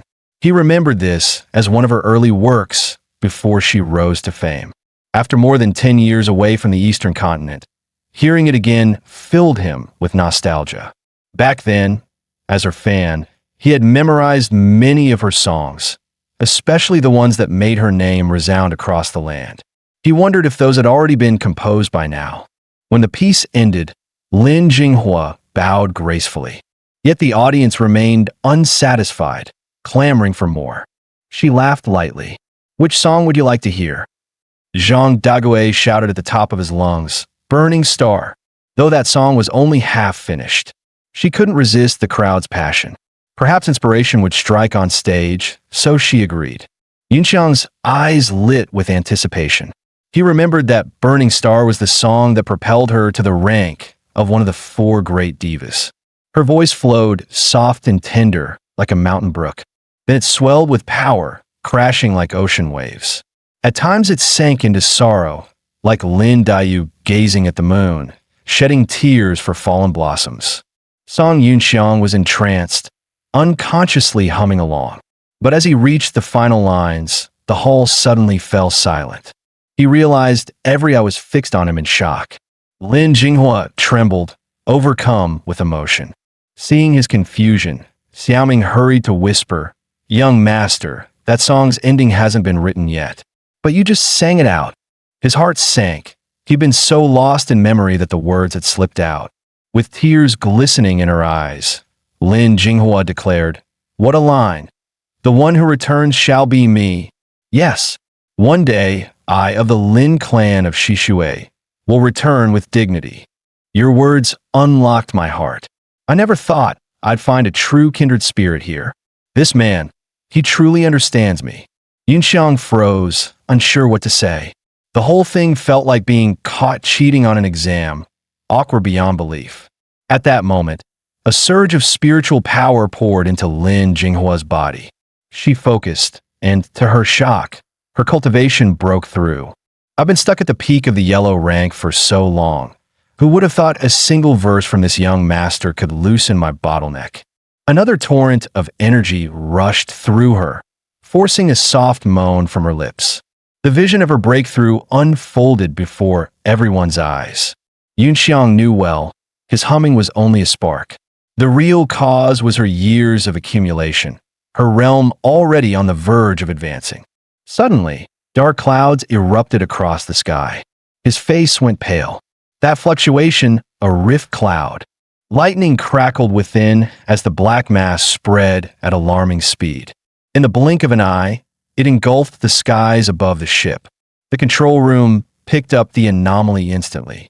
The captain, stunned, barked orders, "Full acceleration, activate the highest level defensive array." Jinghua was still basking in her breakthrough. When the ship's sirens wailed, "Beast invasion alert." Thunder split the heavens, a colossal black rift tearing open. Flocks of Baifeng beasts swarmed out of the void. The moment they spotted humans below, they attacked without hesitation.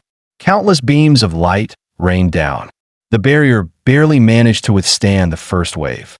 But the shock waves shook the entire vessel violently. Jinghua lost her footing, tumbling from the platform. Yunxiang caught her swiftly in his arms. Looking up, his eyes darkened. Though Baifeng were mostly yellow and Earth-rank threats, their sheer numbers would soon overwhelm the defenses. The captain realized this too, immediately transmitting distress signals to nearby cities and deploying the ship's security squads. But the sluggish vessel was nothing but a target. Under relentless bombardment, the shield reached its limit. With a deafening crack, a gaping hole tore open. Beasts flooded inside. In desperation, one of Zhang Daguai's guards stepped forward. "Young master, protect yourself." With that, he summoned his mech and charged the Baifeng head-on. Just then, the system's cold warning rang in Yunxiang's ears. Super danger detected, beyond host's ability to resist. Immediate evacuation advised. His heart froze, sweat dripping down his back. At this altitude, There was no way to evacuate so many people. He only had his sole General Lu Bu and 2 scavenge cards. If only I had generals like Chao Run or Bai Qi, ones capable of flight. Sensing the danger, Fij also leapt into the fray. Side by side, the two fought desperately against the invading beasts. But then, 5 more Bifong beasts swooped in from outside. They immediately unleashed long-range blasts at the people below. The fighters rushed to summon their mechs, scrambling to block the strikes. Ordinary passengers were shielded by the formation Yunxiang had set up. He thought about sending the little girl's family down to the lower decks. But on second thought, staying by his side was far safer. If things got truly dire, he'd just have to take a few people and abandon ship. Everyone capable of fighting had already constructed their mechs and charged in. Lin Jinghua also drew her weapon, but in a moment of carelessness, a beast seized her. She was hurled straight toward Shenlu Wei. The two crashed together and fell hard. The Bifong used the opening to charge up a long-range strike. The 2 women were seconds away from disaster. That was when the Lu Bu mech roared onto the field. Yunxiang swung the sky halberd, skewering the beast's skull. Then he looked upward, calculating. 7 Baifangs had already breached the barrier. With the swarm outside, even everyone combined wouldn't hold much longer. He had no reason to hold back now. Star Master System. Unlock Lu Bu's DJ weapon. The Sky-Breaking Cloud Bow. The Sky-Breaking Bow was Lu Bu's strongest ranged weapon. Its destructive power was unmatched, but the drain was monstrous. Yunxiang had avoided using it unless there was no other choice. Meanwhile, Fij and Old Wu were still locked in aerial combat with 2 Baifangs. But when another beast joined the fight, their situation turned grim. Just then, spinning blades cut through the sky, easing the pressure on them. It was Nyla, piloting her bladed mech. Even with 3-on-3, though, it was still a stalemate. Then boom, a blazing pillar of light tore through the battlefield. The Bifong caught inside was instantly reduced to ash. The beam punched skyward, shredding every beast in its path. That devastating shot had come from Yunxiang's sky-breaking bow. The 3 fighters froze, stunned. The display of raw power drew the attention of 3 more Baifangs, which dove straight at Yunxiang. At close range, the bow was useless. He switched to its second form, the sky-breaking claw. He slammed a clawed strike at the first incoming beast. The creature's tough hides split open instantly. In a flash, 2 Baifangs were down. The last one panicked, wheeling around to flee. Yunxiang leapt high above it. SHHHK. His strike pierced clean through the beast's body. The onlookers stood frozen, jaws hanging open.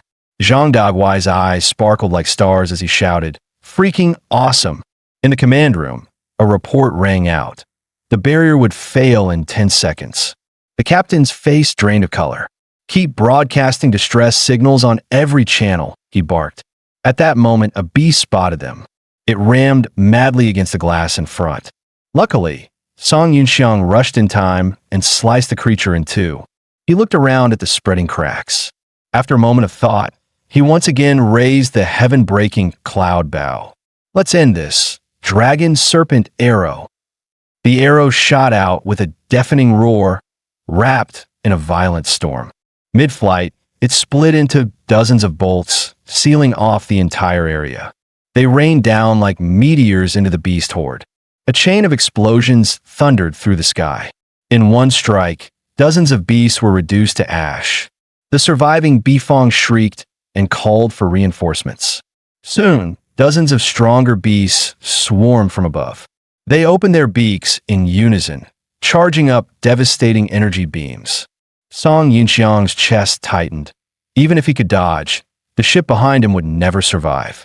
Just as the beams were about to fall, he found himself with no options left. Suddenly, the charging beasts were blasted apart by countless cannons. The crisis was cut short. Reinforcements had arrived, a Ruhu-class sky-dominating warship. The command screen flickered, and a woman's voice rang out. "This is the Song Clan's Crimson Luan Army of Jiuan City. We've come to support your vessel. Retreat under our cover." The captain's face lit up, and he shouted, "Divert all energy to the reactor. Full speed ahead. Rendezvous with the Crimson Luan fleet." Gazing at the distant warship's outline, Song Yunxiang knew it was his elder sister Song Yunjin's all-female army. At this point, Song Yunjin hadn't recognized him yet, but her eyes widened at the sight of the Lubu Mecha. That's the warrior who saved the second prince in Yuanding City? He's on the ship too. Seems our young Marquis might be useless, but his luck is God tier. Without that powerhouse, none of us would have lasted until reinforcements arrived. Song Mu stayed silent, but thought to himself, wait till you find out that so-called powerhouse is the very waste you call young Master Yunxiang. Then you'll be floored. Soon, the ship entered the protective range of the twin warships. The Bifong circling above tried to attack again, but at Song Yunjin's command, a storm of gunfire shredded the beasts into pieces. Seeing this, Song Yunxiang finally exhaled and prepared to rest. Yet the system's warning blared once more. Over-tier rift detected. Host must evacuate within 5 seconds. His whole body shook. His heart dropped into chaos. He jerked his head upward. A colossal rift, nearly 1,000 miles long, tore open in the sky. From within, a monstrous head slowly emerged. In a blink, the entire beast revealed itself. To it, the warships were nothing more than crumbs. Cold sweat poured down as Song Yunxiang recognized it. A god-tier beast, the ancient Kuan. The moment the legendary little Kuan appeared, everyone was on the verge of collapse. Even a sky-dominating warship carrying tens of thousands meant nothing before such a titan. It wasn't even enough to fill its teeth. Then the beast let out a simple roar. The sound blasted like a doomsday hawk, making ordinary people bleed from every orifice. Even the barrier of heaven-tier experts barely held on. Song Mu's eyes grew grave. If it roared again, he wouldn't last. He had to interrupt at the moment it inhaled. Song Yunjin struggled to her feet. All ships, prepare the cannons. Aim at the beast above. The 2 warships received the order and quickly moved into position. Just as the cannons were about to fire, Song Yunxiang's voice burst from the screen. Stop. Don't fire. Both were stunned, unable to understand. Crimson Luan Army, listen to me. I am Song Yunxiang. Song Yunjin froze in shock when she saw it was him. There was no time for greetings. Song Yunxiang pressed on. That is a god-tier beast, the Kuan. We are absolutely no match for it.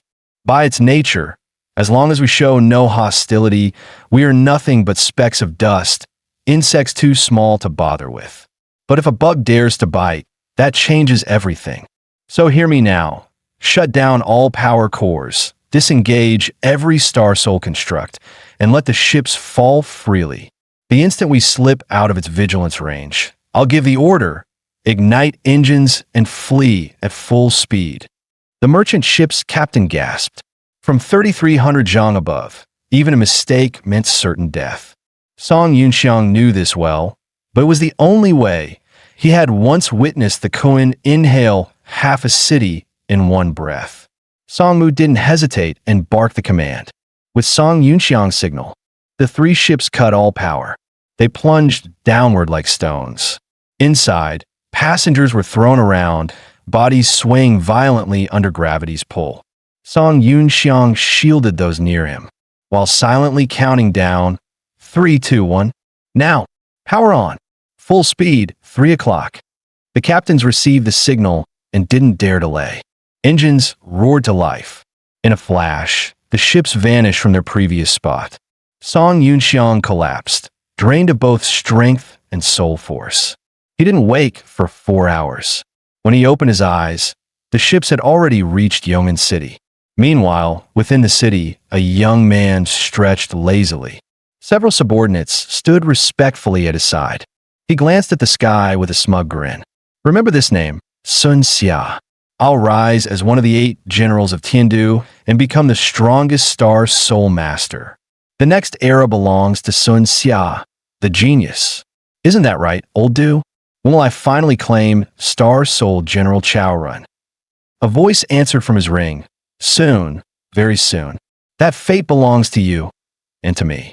Yongin City lay at the southeastern edge of Tiandu's territory, bordered by Shishui Nation to the east and backed by the Nanhuang Mountains to the west. It was both a vital gateway into Nanhuang and a key military fortress against beast tides. Before long, the ships docked at Yongin Skyport. Song Yunxiang reunited with his steward Songmu. He threw his arms around him in relief. Probing carefully, he discovered Songmu had been suppressing his cultivation, outwardly only late profound rank, but in truth, mid-heaven tier. In his past life, he had been too weak, thinking only the old master of the Song family was heaven tier. Never did he imagine that the man who had cared for him since childhood, almost like a nanny, was even stronger. The group exchanged brief introductions. Soon, people from Shunruowei's side also came to greet them. After farewells, they parted ways. Just as Song Yunxiang was leaving, someone called out to him. He turned to see Lin Jinghua hurrying over. She slipped him a note, telling him she would remain in Yongin City for half a month. If he had time, he should come find her. The note read, Jinghua wishes to sit and talk with the young lord. Without waiting for his reply, she left swiftly. Behind him, Song Mu coughed lightly. Young master, tonight the old lord has arranged a family banquet. Your fiancée, Miss Kong Xin, will also be there. At that name, a cold glint flashed in Song Yunxiang's eyes. In his previous life, after barely surviving the Death Desert and returning to Yongin, she had shown up with Kong clan heaven tier experts, only to demand a divorce. Along with her came uncles and brothers who had all scorned him as trash. Now, he whispered coldly to himself, I'm back. The two then arrived at the Skyport's rear landing pad. The Song family's exclusive driver, Xia Beija, was already waiting. Song Yunxiang quickly greeted him. Xia Beija rose respectfully and invited him onto the airship. Yunxiang said nothing, but studied him carefully.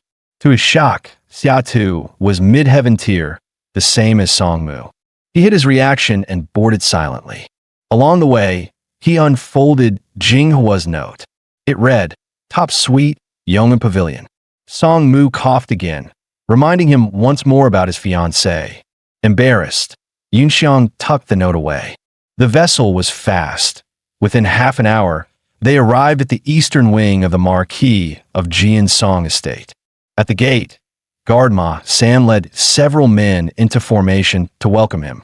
Young master, how was life at the Martial Academy this past year? Did you bring the old lord a granddaughter-in-law? Hearing the tease, Yunxiang chuckled awkwardly. But when he clasped Ma San's hand, he froze. Yet another mid-heaven tier. As they watched the two walk inside, Xia Beija whispered to Ma San, Did you notice?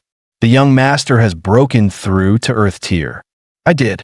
Not only is his damaged soul vein restored, he even tried to probe my true cultivation.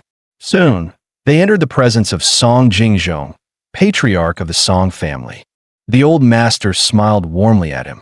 In a flash, he moved to Yunxiang's side, praising, Well done. Gulme, let's talk in the study. Tell me about your year. No, about everything you've gone through recently. Song Yunxiang answered softly and followed along. But as he sensed the old master's aura, waves crashed in his heart. Heaven tier peak? No, half saint. On the surface, the old man was only early heaven tier, but in truth he stood just a breath away from saint tier, his strength likely above Elder Su. In his past life, his weak cultivation had blinded him. Never did he expect the Song clan to be hiding so many trump cards. Wait, if the clan had a half-saint and 3 mid-heaven tier experts, yet still perished in the southern wastes beast tide in his last life, did that mean his current preparations were far from enough? Hold on, was this a saint's aura? Though faint, like a dying flame, it was unmistakable, saint tier. Could the Song clan be hiding one, even stronger? Damn it. The more aces the clan held, the more lacking his own cards seemed. No choice. He had to push them all in his saint tier. With that thought, Yunxiang followed the old master into the study. Inside, they set a go board between them. As stones fell, the game's momentum became clear. Even while restraining himself to just 30%, Yunxiang still outplayed him. Yet the old man only laughed cheerfully. The tide is set. I've lost. Song Mu, leave us and close the door. Song Mu bowed and withdrew. The two reset the board. Losing doesn't matter. Come, let's replay this match. Yun Xiang didn't dwell on the deeper meaning of the word replay. See, my fatal mistake was here. This time, I'll change the move. When a game is lost, it can be replayed. All the stones on the board follow suit. But what if one stone jumps off the board and becomes the player? Yun Xiang froze, thunderstruck. That stone, could it be him? Meanwhile, at the Yeoman City Lord's manor, raised voices echoed. City Lord Kong Fan rubbed his temples at his stubborn daughter. 20 years ago, their families had arranged a marriage, yet Kong Xinshin now refused to wed. Even knowing Yun Xiang was no longer a cripple, she insisted he couldn't compare to her brother Sun Xia. Sun Xia? That street rat orphan? What future could he have? Who says he has no future? He's already the leader of the White Dragon Gang. He told me himself. Soon he'll be the host of the Star Soul General Chao Run, within a month. Seeing her so defiant, Kong Fan prepared to scold her further. But just then, a voice rang from outside. If she won't marry, then so be it. The Song clan is nothing special. They rushed to the balcony, spotting a familiar figure hovering in midair. It was Kong Fan's father, Kong Zheng. Having just broken into early heaven tier, he could barely tread the sky. They all returned inside. Kong Zheng declared that his granddaughter and Sun Xia were a perfect match.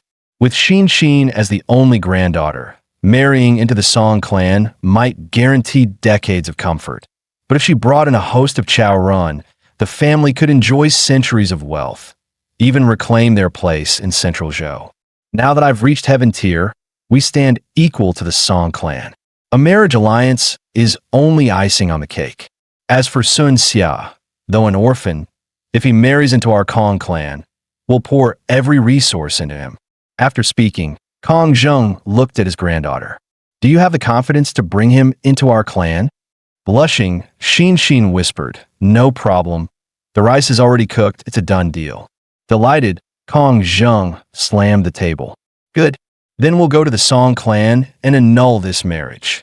Kong Fan quickly stopped him and asked, there must be some acceptable reason, right? What reason do I need? I'm a heaven-tier power who looks down upon the world.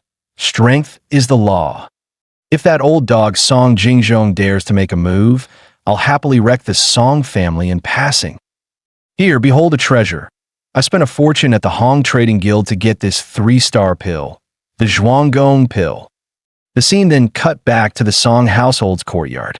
Song Yunxiang asked the patriarch, puzzled, what does jumping out of the game mean? The old man chuckled, changed the subject, and asked what Yunxiang had been doing lately. Yunxiang knew that telling them outright he'd been reborn from 60 years later would be too shocking. So he framed it as, he had accidentally wandered into a secret realm and gained huge opportunities there. He summarized, briefly, the years of exile and the beast tide he had witnessed. Soon after, the Southern Wastes erupted in an unprecedented beast tide. The Southern Wastes' Great Wall was destroyed, the Song family's soldiers wiped out, the beast swallowed Yong'an City and surged north. Later Maloon invaded.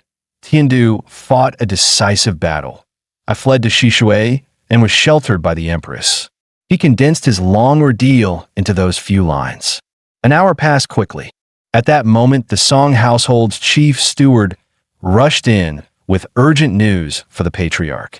Song Mu intercepted him, saying the inner room was in the middle of an important discussion and could not be disturbed. Inside, Yun Xiang finished his account. Finally, after the last stronghold of humanity in the north exploded itself, I woke up. Was it a dream trapped in an illusion, or did I actually travel back 60 years? Sounds unbelievable, right? The old master showed little shock.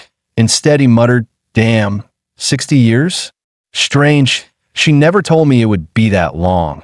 She probably never expected the lad to cling on for 60 years before dying. He glanced at Yun Xiang and said gravely, the Star-Lord system is a grave matter. You must not reveal it to anyone. Use Zhuisi as a cover. Claim to be Zhuisi's successor. Now it's time I hand some things over to you. Yunxiang asked in confusion what those things were. The old man replied, what I give you is something left by your mother. Everything I know comes from her. She once prophesied, one day you might grow unusually powerful, or your soul veins might naturally heal, or you'd claim to have traveled through time. She told me not to be surprised when that day came. Whatever you say, I must believe you. The old master's tone grew solemn. It's time I handed something over to you. Hearing this, Song Yunxiang froze for a moment and asked in confusion, what is it? The old master replied slowly, it's something your mother left behind. Everything I know came from her. She once foretold that one day you would suddenly become abnormally strong. Perhaps your soul veins would heal, or perhaps you would even claim to have come from beyond the flow of time. And she warned me that no matter what you said when that day came, I must not be shocked. I must believe you without question. The patriarch continued, this chest was left by your mother. She also said that the laws of time cannot be defied by mortals, and under the star net, everything is part of the game. What? He actually knows about the star net? Just who is she? Shock rippled through Song Yunxiang as his mother's blurred figure surfaced in his mind. The old master was about to say more when a golden ripple surged from outside. Both of them sensed it, their expressions changing drastically. It's that same frail Saint Tier aura again. Before Yunxiang could react, the old master shouted, not good. He rushed out the door. Yunxiang, come with me. The four of them sped off together toward a hidden location. They stepped into an elevator leading deep underground. The lift plunged straight down hundreds of meters. When the doors opened, what lay beyond was a vast underground space, complete with artificial lighting and formations that sealed off soul force fluctuations. The group soon arrived before a sealed chamber. Pushing the door open, they were met with the sight of a dying elder. The patriarch stepped forward and softly called, third uncle. The elder slowly opened his eyes. I can feel it. My time is almost up. At best, a month remains. Who is this boy? The patriarch hurried to introduce, Yunxiang, this is my third uncle. You should call him third granduncle. Yunxiang stepped forward and bowed deeply. Third granduncle tried to speak, but a violent cough racked his body. Bang! Waves of golden pressure exploded through the chamber. The patriarch reacted instantly, raising his hand to block it. Yunxiang absorbed and deflected the force several times before landing safely on the ground. Only when the aura subsided did they dare to move closer. The elder sighed. Forgive me. I lost control just now. As my lifespan burns out, this body is like a cracked balloon. My Saint Tier's soul power keeps leaking out uncontrollably. His gaze locked onto Yunxiang, surprise flashing in his eyes. The boy wasn't harmed by that surge. Impressive. No wonder. He truly is the son of those two. Zhong, you brought him here. Are you planning to cultivate him as a key heir? The old master nodded. Yes. Yunxiang has gained extraordinary fortune. Not only has his soul vein healed, but his strength has skyrocketed. And in a secret realm, he saw a vision. 1 month from now, a beast tide from the southern wastes will swallow Yong'an City in blood. An ancient civilization? Yunxiang, in the future you saw, did our Song family survive? Yunxiang didn't hide the truth and replied flatly, almost completely wiped out. The two elders sucked in a sharp breath at his words. The old master tried to steady his brother. Third uncle, whether what he saw in that secret realm was the true future or just an illusion, we can't afford to dismiss it. Better to believe it's real and prepare early. Which means there are secrets that must now be. The third granduncle cut him off. I know. Let me say it myself. Listen carefully, Yunxiang. I am Song Bingchuan, once one of the 8 generals of Tiandu, and the bonded host of the Star Soul General, Chaorun. That can't be right, Yunxiang muttered, stunned. This didn't match what he remembered. In his memory, the host of Chaorun was a young man named Sun Xia. The third granduncle sighed helplessly. When my life runs out, Chaorun will reform into a soul jade and seek a new master. Perhaps this young man you mentioned is destined to be the next one. The old master roared in frustration. Damn it, Is there truly no cure? I once read in ancient texts that on the southern continent, there are pills that can extend one's lifespan. If we could obtain even one, the Song family would spare no cost, even if it meant emptying our coffers. Song Yunxiang thought for a moment. Lifespan extending pills, huh? A 7-star pill can add 3 to 5 years. An 8-star pill can extend life by 5 to 10 years. And a 9-star pill, the so-called longevity pill, is said to add more than 30 years. A faint smile tugged at his lips. As it happens, I know how to refine all three. What? You can refine pills? The old master lunged forward, clutching his arm with trembling excitement. Song Yunxiang nodded. Yes, some are difficult, but the 7-star lifespan pill, I can craft that with full confidence. Seeing their disbelief, he simply pulled out a storage card. With a flash, a golden pill shimmered into existence. This was refined on my way here, he explained. An 8-star heavenly spirit pill.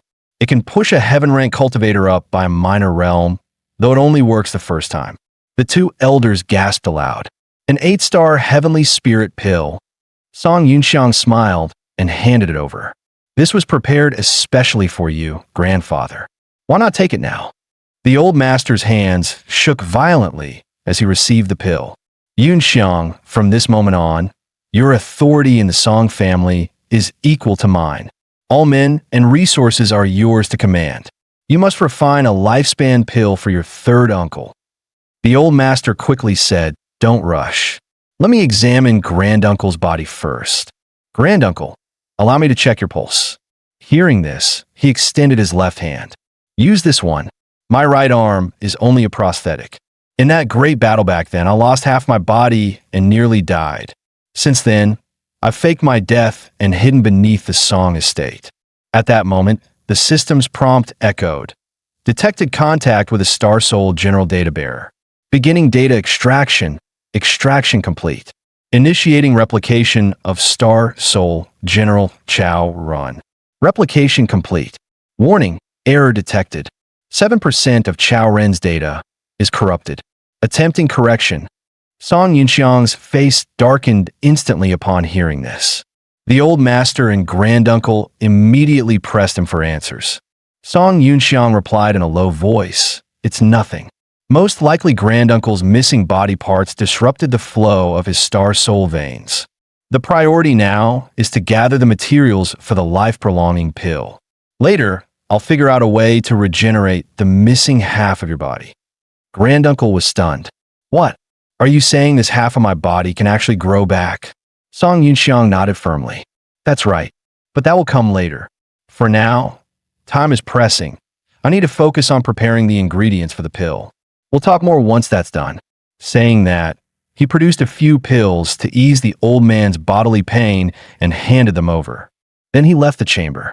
Once inside the elevator, he couldn't wait and asked the Star-Lord system, what caused the data corruption? The system pinged back. Ding. Unknown cause detected for Star Soul general data corruption. Marking damaged regions.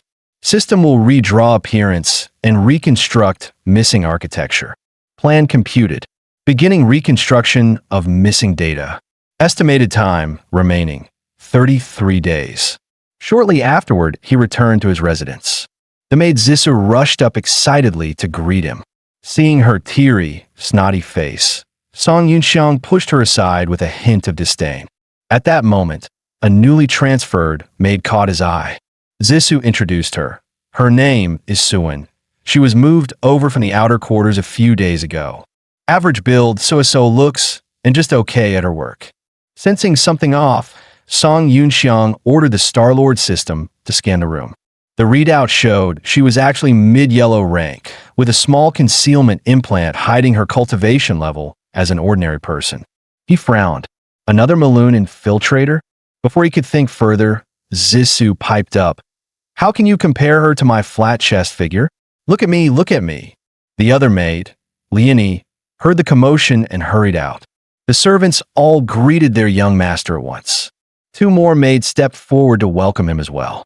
The head maid Qing Dai exclaimed in disbelief. Master Yunxiang actually broke through from yellow rank to ground rank in under a year. Unbelievable. Song Yunxiang glanced at Qing Dai and thought to himself, she really isn't ordinary at early ground rank. She's been around me for a long time. Could she be one of Old Master's secret protectors? Meanwhile, after he left, the Old Master ordered Song Mu. From now on, everyone in the Song family and all resources will be under Song Yunxiang's command. Every instruction he gives is to be treated as the Patriarch's decree. No approval needed. Execute immediately. The scene then shifted back to Song Yunxiang, his extravagant young master lifestyle on full display. Several maids attended to him meticulously, even removing his clothes for him. Even his tea was delivered the instant he lifted a hand. While sipping his tea, he suddenly remembered something.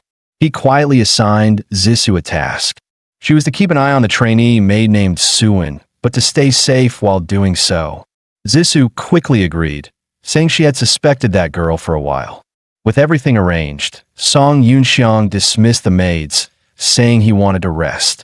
The four of them bowed respectfully and left. As the bedroom door closed, he finally let out a long breath. He picked up the wooden box left by his mother, curiosity written all over his face. Though the material looked ordinary, it was sealed with a third-level encryption array. Only the correct password could unlock it. Unfortunately, the Old Master hadn't given him the code, so he summoned the Star-Lord system to force a hack. While waiting, he recalled the Old Master's last words. Humans cannot defy the laws of time. Time cannot be traveled, but the board can be reset. Under the StarNet, everything is but a chessboard. What exactly was that supposed to mean? Moments later, the system chimed, decoding complete. He entered a string of numbers as instructed. With a sharp snap, the wooden box opened. What he saw inside left him stunned. There lay a jade lock, a mask, and a token inscribed with 3 characters, Treading Stargate. He remembered that in his previous life, when he joined the Xuanjia Guard, he had heard those words. Rumor had it many of the Guard's secret campaigns were tied to the Treading Stargate, but within the Guard the name itself was taboo. No one dared speak it aloud. He then picked up the jade lock. The craftsmanship was fine, but its use was unclear. Next, he reached for the mask. The moment his fingers touched it, for words blazed across the surface, all beings without form. On the back were the words, form arises from the heart. Strangely, the mask had no openings for eyes or nose. Out of curiosity, he placed it on his face. To his surprise, despite the lack of openings, he could see the outside world with perfect clarity. He glanced at the mirror and was stunned to see himself as he would be 60 years later. What the hell? Did I just reveal my true form? At that moment, Qing Dai happened to push the door open. When she saw Song Yunxiang's appearance, she froze in shock. Snapping back to her senses, she instantly drew her weapon. With sharp vigilance, she demanded, "Who are you? Where is young Master Yunxiang?"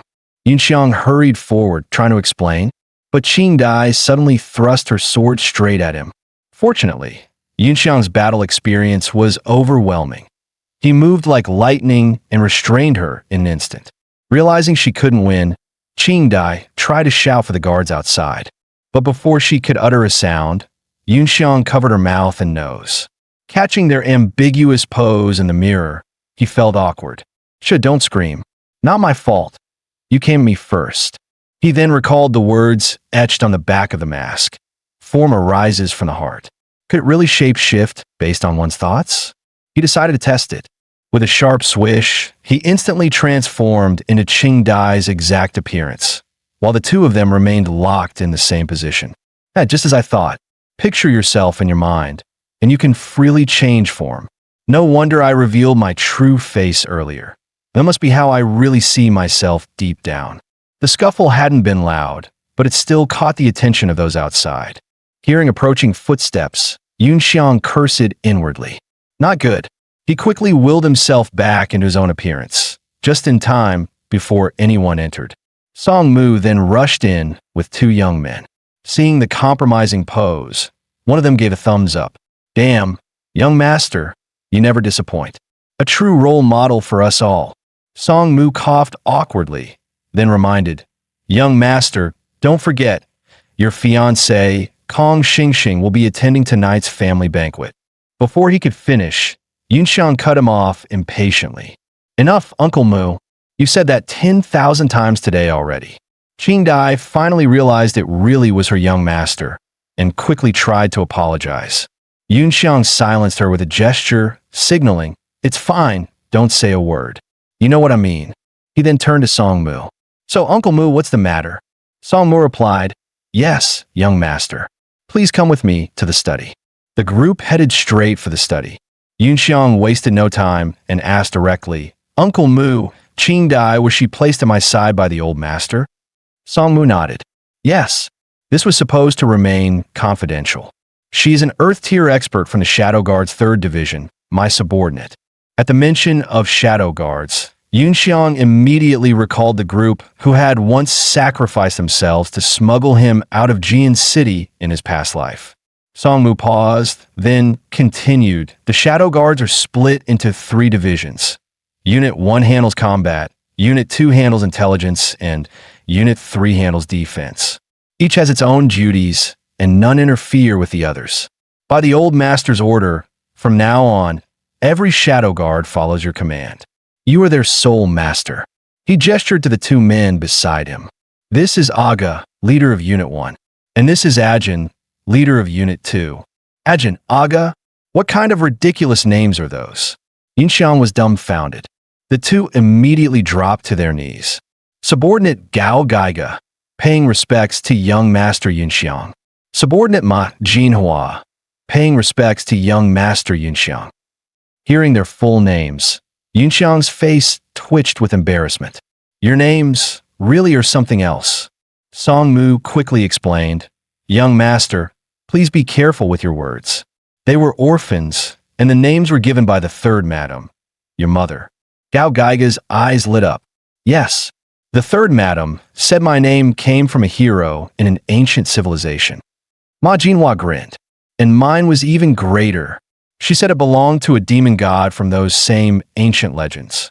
We were nameless, starving children. If not for the 3rd madam, we would have died in the slums." At the words, ancient civilization, Yunxiang frowned slightly. His mother, whom he had no memory of, what exactly was her origin? He remembered the old master once saying that 16 years ago they had vanished, with the official story being an accident. At that time, he had only been 2 years old, leaving him with no memory of her. Back then, he was arrogant and reckless, never caring. Later, running for his life left him no chance to ask. After decades of struggle and bloodshed, he had long since buried the thought. But had he overlooked something? The more he thought about it, the more Yunxiang felt things weren't so simple.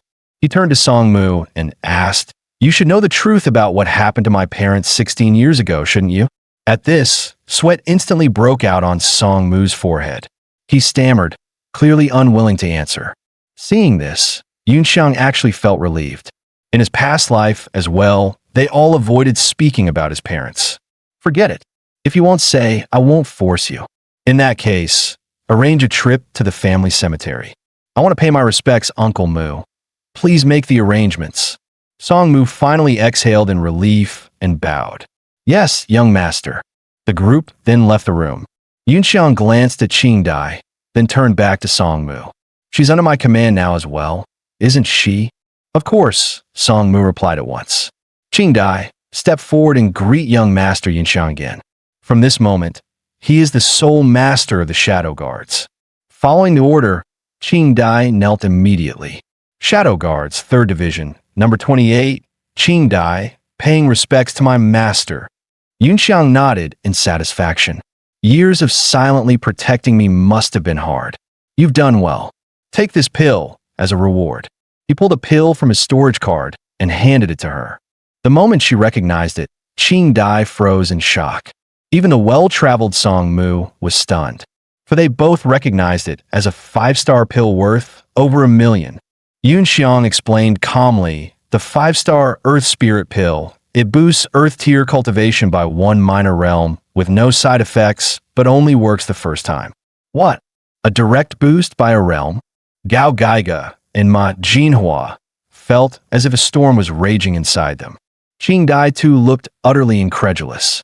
Such a treasure would be priceless, even in the royal family of Tiandu. Seeing their shock, Yun Xiang smirked. It's only a 5-star pill. I have plenty. Right now, I need trustworthy people, and I'll raise their strength myself. Perform well, and you'll have your share too. Hearing this, the two were overjoyed, dropping to their knees to pledge their loyalty. Watching his young master win hearts with such ease, Song Mu couldn't help but feel gratified. Yun Xiang then instructed, Uncle Mu, prepare a carriage. We're going to the family cemetery. Also, Unit 2 handles intelligence, right? Dig up some information for me on someone. With the command given, everyone immediately moved into action. Not long after, a flying vessel glided over the Song family estate. In the cockpit, the driver, Xia Beija, frowned. Strange, why would guard Ma San be coming along too? Ma San chuckled, lowering his voice. Haven't you noticed? Young Master Song Yunxiang seems completely different since he returned. With that, the two couldn't resist sneaking glances toward the rear cabin. There, Song Yunxiang was busy purchasing rare herbs from a branch manager of the Hong Chamber of Commerce. Looking over the list, the manager felt awkward. Many of the ingredients were ones he'd never even heard of. Fortunately, this was the southern headquarters. He could consult the alchemy experts stationed here. After promising a reply, the call ended. The manager then stepped into a lavish office. He bowed respectfully to the young woman seated inside.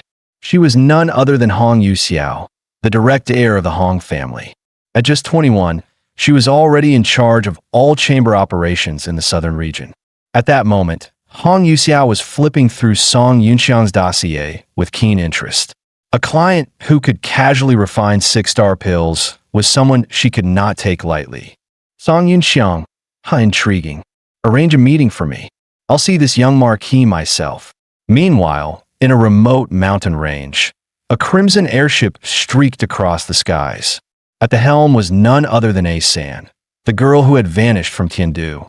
Reaching her destination, she contacted headquarters, code 896289, requesting entry clearance.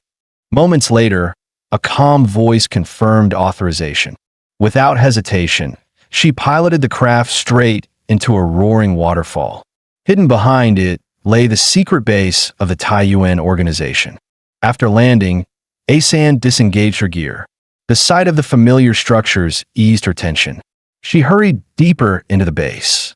Turning a corner, she was suddenly embraced by a weeping girl, her junior sister, Sinan. Seeing her in tears, A-San quickly asked what had happened. Through sobs, Sinan explained, Master, he took an ambush from that bastard Miluo while trying to save me. What? A-San froze in disbelief. Regaining her senses, the two rushed toward the infirmary. Inside, their master lay pale and dying on the bed, while medical staff scrambled desperately around her. Master! Asa rushed over, calling out in panic. The woman on the bed slowly opened her eyes at the sound. She was none other than Su Anyang, a heaven-rank assassin and the ace of the Taiyuan organization. Seeing her disciple return safely, Su Anyang forced a faint smile on her pale face. Ace's heart ached at her frail appearance. Master, are you poisoned? She noticed the black veins on her arm and couldn't help but ask.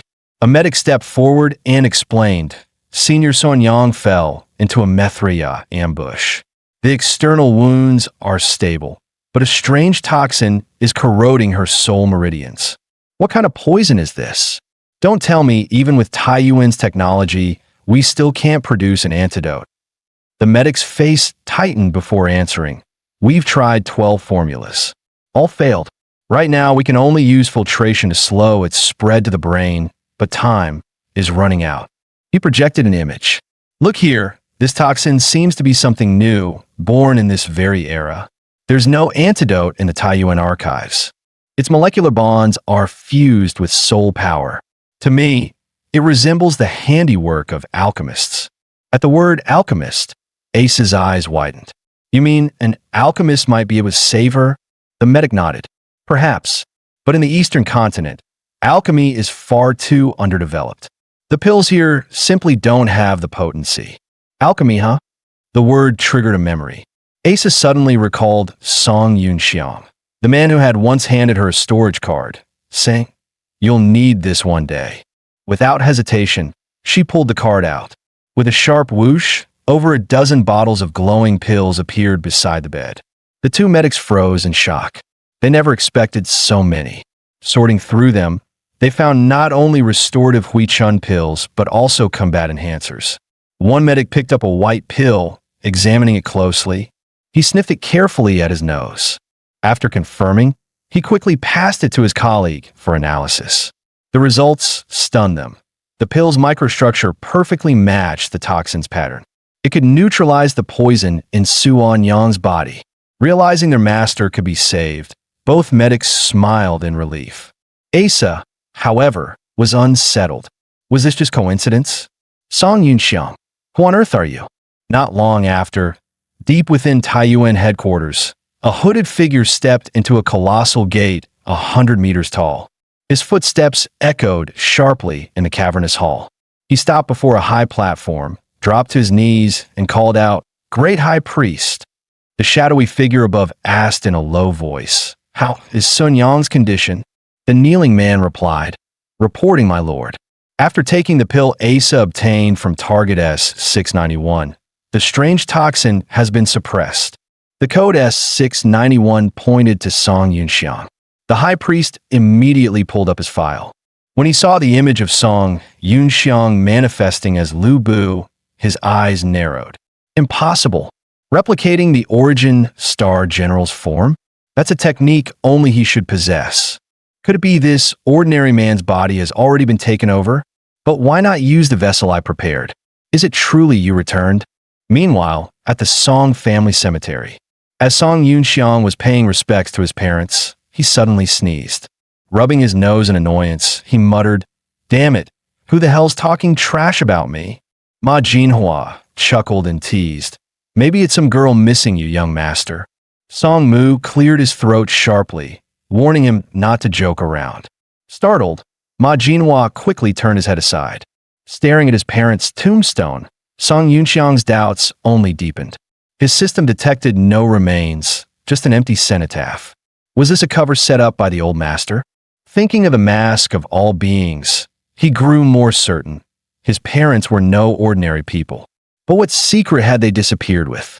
Just then, Ma Jinhua's wristwatch pinged with a message. He checked it and immediately reported to Song Yunxiang. "We found traces of Sun Xia, 19 years old, a street thug from the slums of Yong'an City, jailed once for grave robbing. Lately, he formed a gang called the White Dragon Crew, named himself boss, and makes a living fencing stolen tomb goods. Right now, he's holed up in an abandoned house at number 13 Dog Beating Alley." "Good. Let's pay him a visit." Song Yunxiang didn't hesitate and led his men away from the cemetery. At the landing pad outside, Ma San and Xia Beija were killing time, waiting for their return. "TCH, I don't trust that Kong Xingxing girl at all. Now that the young master's had his lucky break, soul veins restored, power skyrocketing. Why should he still marry that kind of trash just to keep the Song family's cover?" Xia Beija shot him a cold glare. "You're suggesting the young master break off the engagement? The Marquis will never allow such betrayal." Ma San's eyes gleamed with scheming intent. Second master's son, Yun Rue, has been mooning over Kong Xingxing for years. Hand the engagement over to the West Courtyard. Let that idiot take the fall." He snickered, adding, "And don't forget, back then, Third Madam arranged a first wife for the young master. Ever heard the saying? Older by 3 years, worth a brick of gold. Older by 9, worth all you can hold." Before the words faded, Song Yunxiang and his men stepped out from the cemetery. Once the destination was set, their airship accelerated straight into the city. Evening soon fell.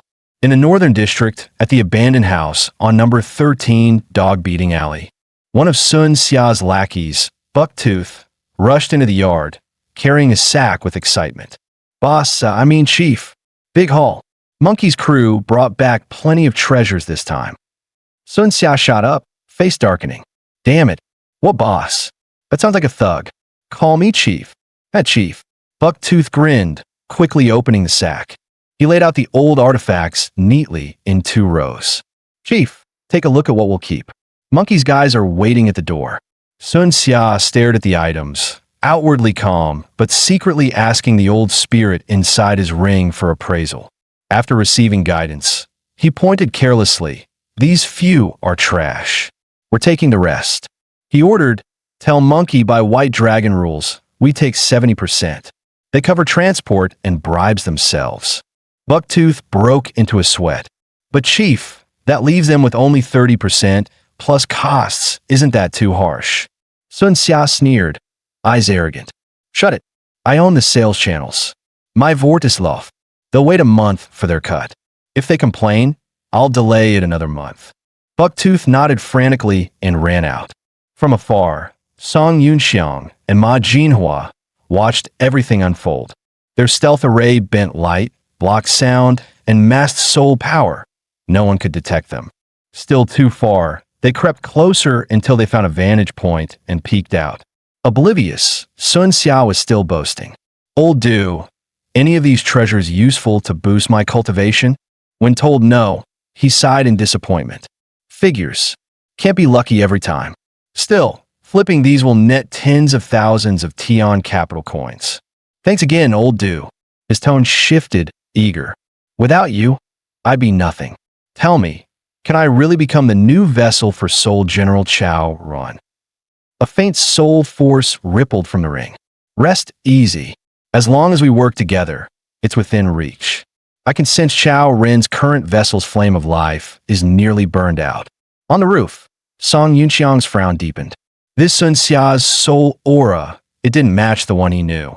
No, this isn't the same Sun Xia. His eyes sharpened. The aura is in that ring. That's the real one I knew. Then who the hell is this lookalike wearing his skin? Just then, Ma Jinhua whispered, Young Master, intel from Second Squad. Lady Kong is on her way here. Song Yunxiang asked absently, Lady Kong? Ma Jinhua replied quickly, Your fiancée, Kong Xingxing, daughter of Lord Kong. She's 2 streets away. Song Yunxiang narrowed his eyes. How do you know she's headed here? Ma Jinhua hesitated, nervous. Rumors say she has some connection with Sun Xia. He waved his hands quickly. Don't be angry, young master. It's unverified gossip. We got agents in the Kong family. I'll confirm right away. Song Yunxiang cut him off, calm. No need. We're leaving. Before leaving, he glanced back one last time, his gut telling him the ring was far more sinister than it appeared. Back on the main street, he ordered, have men keep watch. Here, 200 shadow talismans. Give them to our scouts. He handed Ma Jinhua a storage card. Ma Jinhua nearly choked. 200? The same invisibility you just used. Song Yunxiang shook his head. Weaker, but they conceal presence well enough. Extra cover for our people. Ma Jinhua's face lit up. Holy crap, that's divine gear. We're rich. Thank you, young master. I'll handle it right away. With that, he leapt high, vanishing with a sharp whoosh. Song Yunxiang gazed at the sunset glow, thoughts surging. It's getting dark. Time to head back for tonight's family banquet. Meanwhile, in the workshop district of Yuanding City's Mecha Academy, Tang Jinshui, newly arrived in Yong'an City, called up an old colleague to let them know he was safe. He also asked how things were going at the academy. His colleague groaned, busy as hell. Teacher Nong was driving us hard to finish a shipment. As he spoke, his gaze shifted toward 2 figures in the hall. There, Nangwa Dangfeng was briefing the dean's secretary, Xiaoye, on the mass production progress of the upgraded Wei Yuan model. As long as the supply chain doesn't screw up, we'll hit the quota on time. Plus, I've prepared a little surprise for Master Song. He chuckled smugly. Didn't sleep a wink last night. Been working on something guaranteed to impress him. Heavy armor defense, artillery-level firepower, splash damage, and an aerial backpack for mobility. This is the ultimate form of the Wei Yuan. His grin widened. When Master Song sees this, he'll have no choice but to take me as his disciple. Xiaoye forced a smile. Sound impressive, but inside, she was rolling her eyes. Isn't this just slapping everything together? Even if it works, who could afford the soul force drain? Pleased by her words, MANHWA grew even bolder. Still room for improvement. I might add some extra shields too. The colleagues nearby were left speechless. On the call, Tang Jinshui perked up. Mass producing the way you on. Huh? Perfect. My wife's family runs mining and metallurgy. If you need materials, I'll make sure you get priority supply. After a few more pleasantries, the call ended. Night fell quickly. At the Marquis Song residence, the grand banquet hall blazed with light.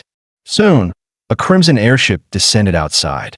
A woman in high-heeled boots stepped out. At the doorway, several family members turned to sneer. Well, if it isn't big sis Yunjin. Finally found time to ditch the border wars and sit in on a boring family feast? Or did you blow through your military budget again and come crawling home for a handout? The speaker, fanning herself with a feather fan, was Song Yunxiu, 24 years old, the eldest daughter of Song Bo, making her Song Yunxiang's cousin. Brilliant at managing external investments, she had little interest in cultivation, staying only at the early profound stage. Beside her stood a youth with similar features, Song Yunrui, 17, son of Song Bo. Already at mid-profound stage, he was the one Ma Jinhua had mentioned, harboring a crush on Kong Xingxing. Standing respectfully behind her was Song Shui, the chief steward of the west wing of the Song estate. The woman in red was Song Yunjin, 26, eldest daughter of the elder brother Song Qing. She commanded the all-female Qi Yuan army and personally served as its general, her cultivation at the early Earth stage. Hearing the sarcastic remark, Song Yunjin let out a cold snort, her eyes flashing with obvious disgust. Meanwhile, in the outer banquet hall, several people had already gathered. At the head seat sat the current patriarch, the elder Song Jingzhou. Stroking his beard, he glanced left and asked, "Is the eldest not coming?" A middle-aged woman quickly answered, "Father, Song Qing said military duties keep him occupied. He'll return at the end of the month during leave." This was the elder's wife, 46, a noble lady from the He clan of Zhongzhou, mother of Song Yunjin and Song Yunqi. Fine, fine. The old man waved his hand, then asked, "And the second one?" To his right, another woman replied, "Father, Song Bo said he has a business engagement tonight." This was Lady Chung, 40 years old, wife of the second brother Song Bo, from one of Tiandu's top 3 merchant families, and mother of Song Yunxiu and Song Yunrui. At the word engagement, the patriarch's voice grew sharp with anger. "Engagement my ass. With who?" He didn't say. Lady Chung answered, frowning. With a thunderous slap on the table, the old man roared, "Cut the crap. Tell him to drag his ass back here right now." "Please calm down, Marquis," another woman hurried to explain. This was Lady Zhao, one of Song Bo's concubines from a family of physicians, in charge of his medical trade, and mother of Song Yunjiao. "My lord said it's a messenger from the Zhang clan of Zhongzhou. A huge deal is on the line." She added quickly, "This involves the Zhang clan's heir dispute. They're willing to pay a massive price for our support. My lord promised he'd wrap things up fast and return as soon as possible." Hearing this, the patriarch's expression eased slightly. Just then, a voice sounded from outside. "Greetings, grandfather. Greetings, first aunt, second aunt, and honored concubines." Seeing Song Yunxiang enter, the old man finally cracked a smile. "Come here, Yunxiang, sit by me." Lady Zhou, another of Song Bo's concubines, warmly pulled out the chair beside her. "You've grown taller again. Are you eating well at the academy?" She had once been a maid in the East Wing, now mother to the youngest of the 3rd generation, Song Yunhua. Yunxiang quickly went over and thanked her. Lady Zhou had always been truly kind to him. "Sit here, Yunxiang," the patriarch said, pointing to the seat closest to his right hand. Just as he was about to sit down, Yunxiang froze for a moment. Then he straightened and walked over. Passing by Lady Zhao, a strong medicinal fragrance drifted into his nose. Lady Zhao raised her brows in surprise. "That must be a pill above 3 stars, isn't it?"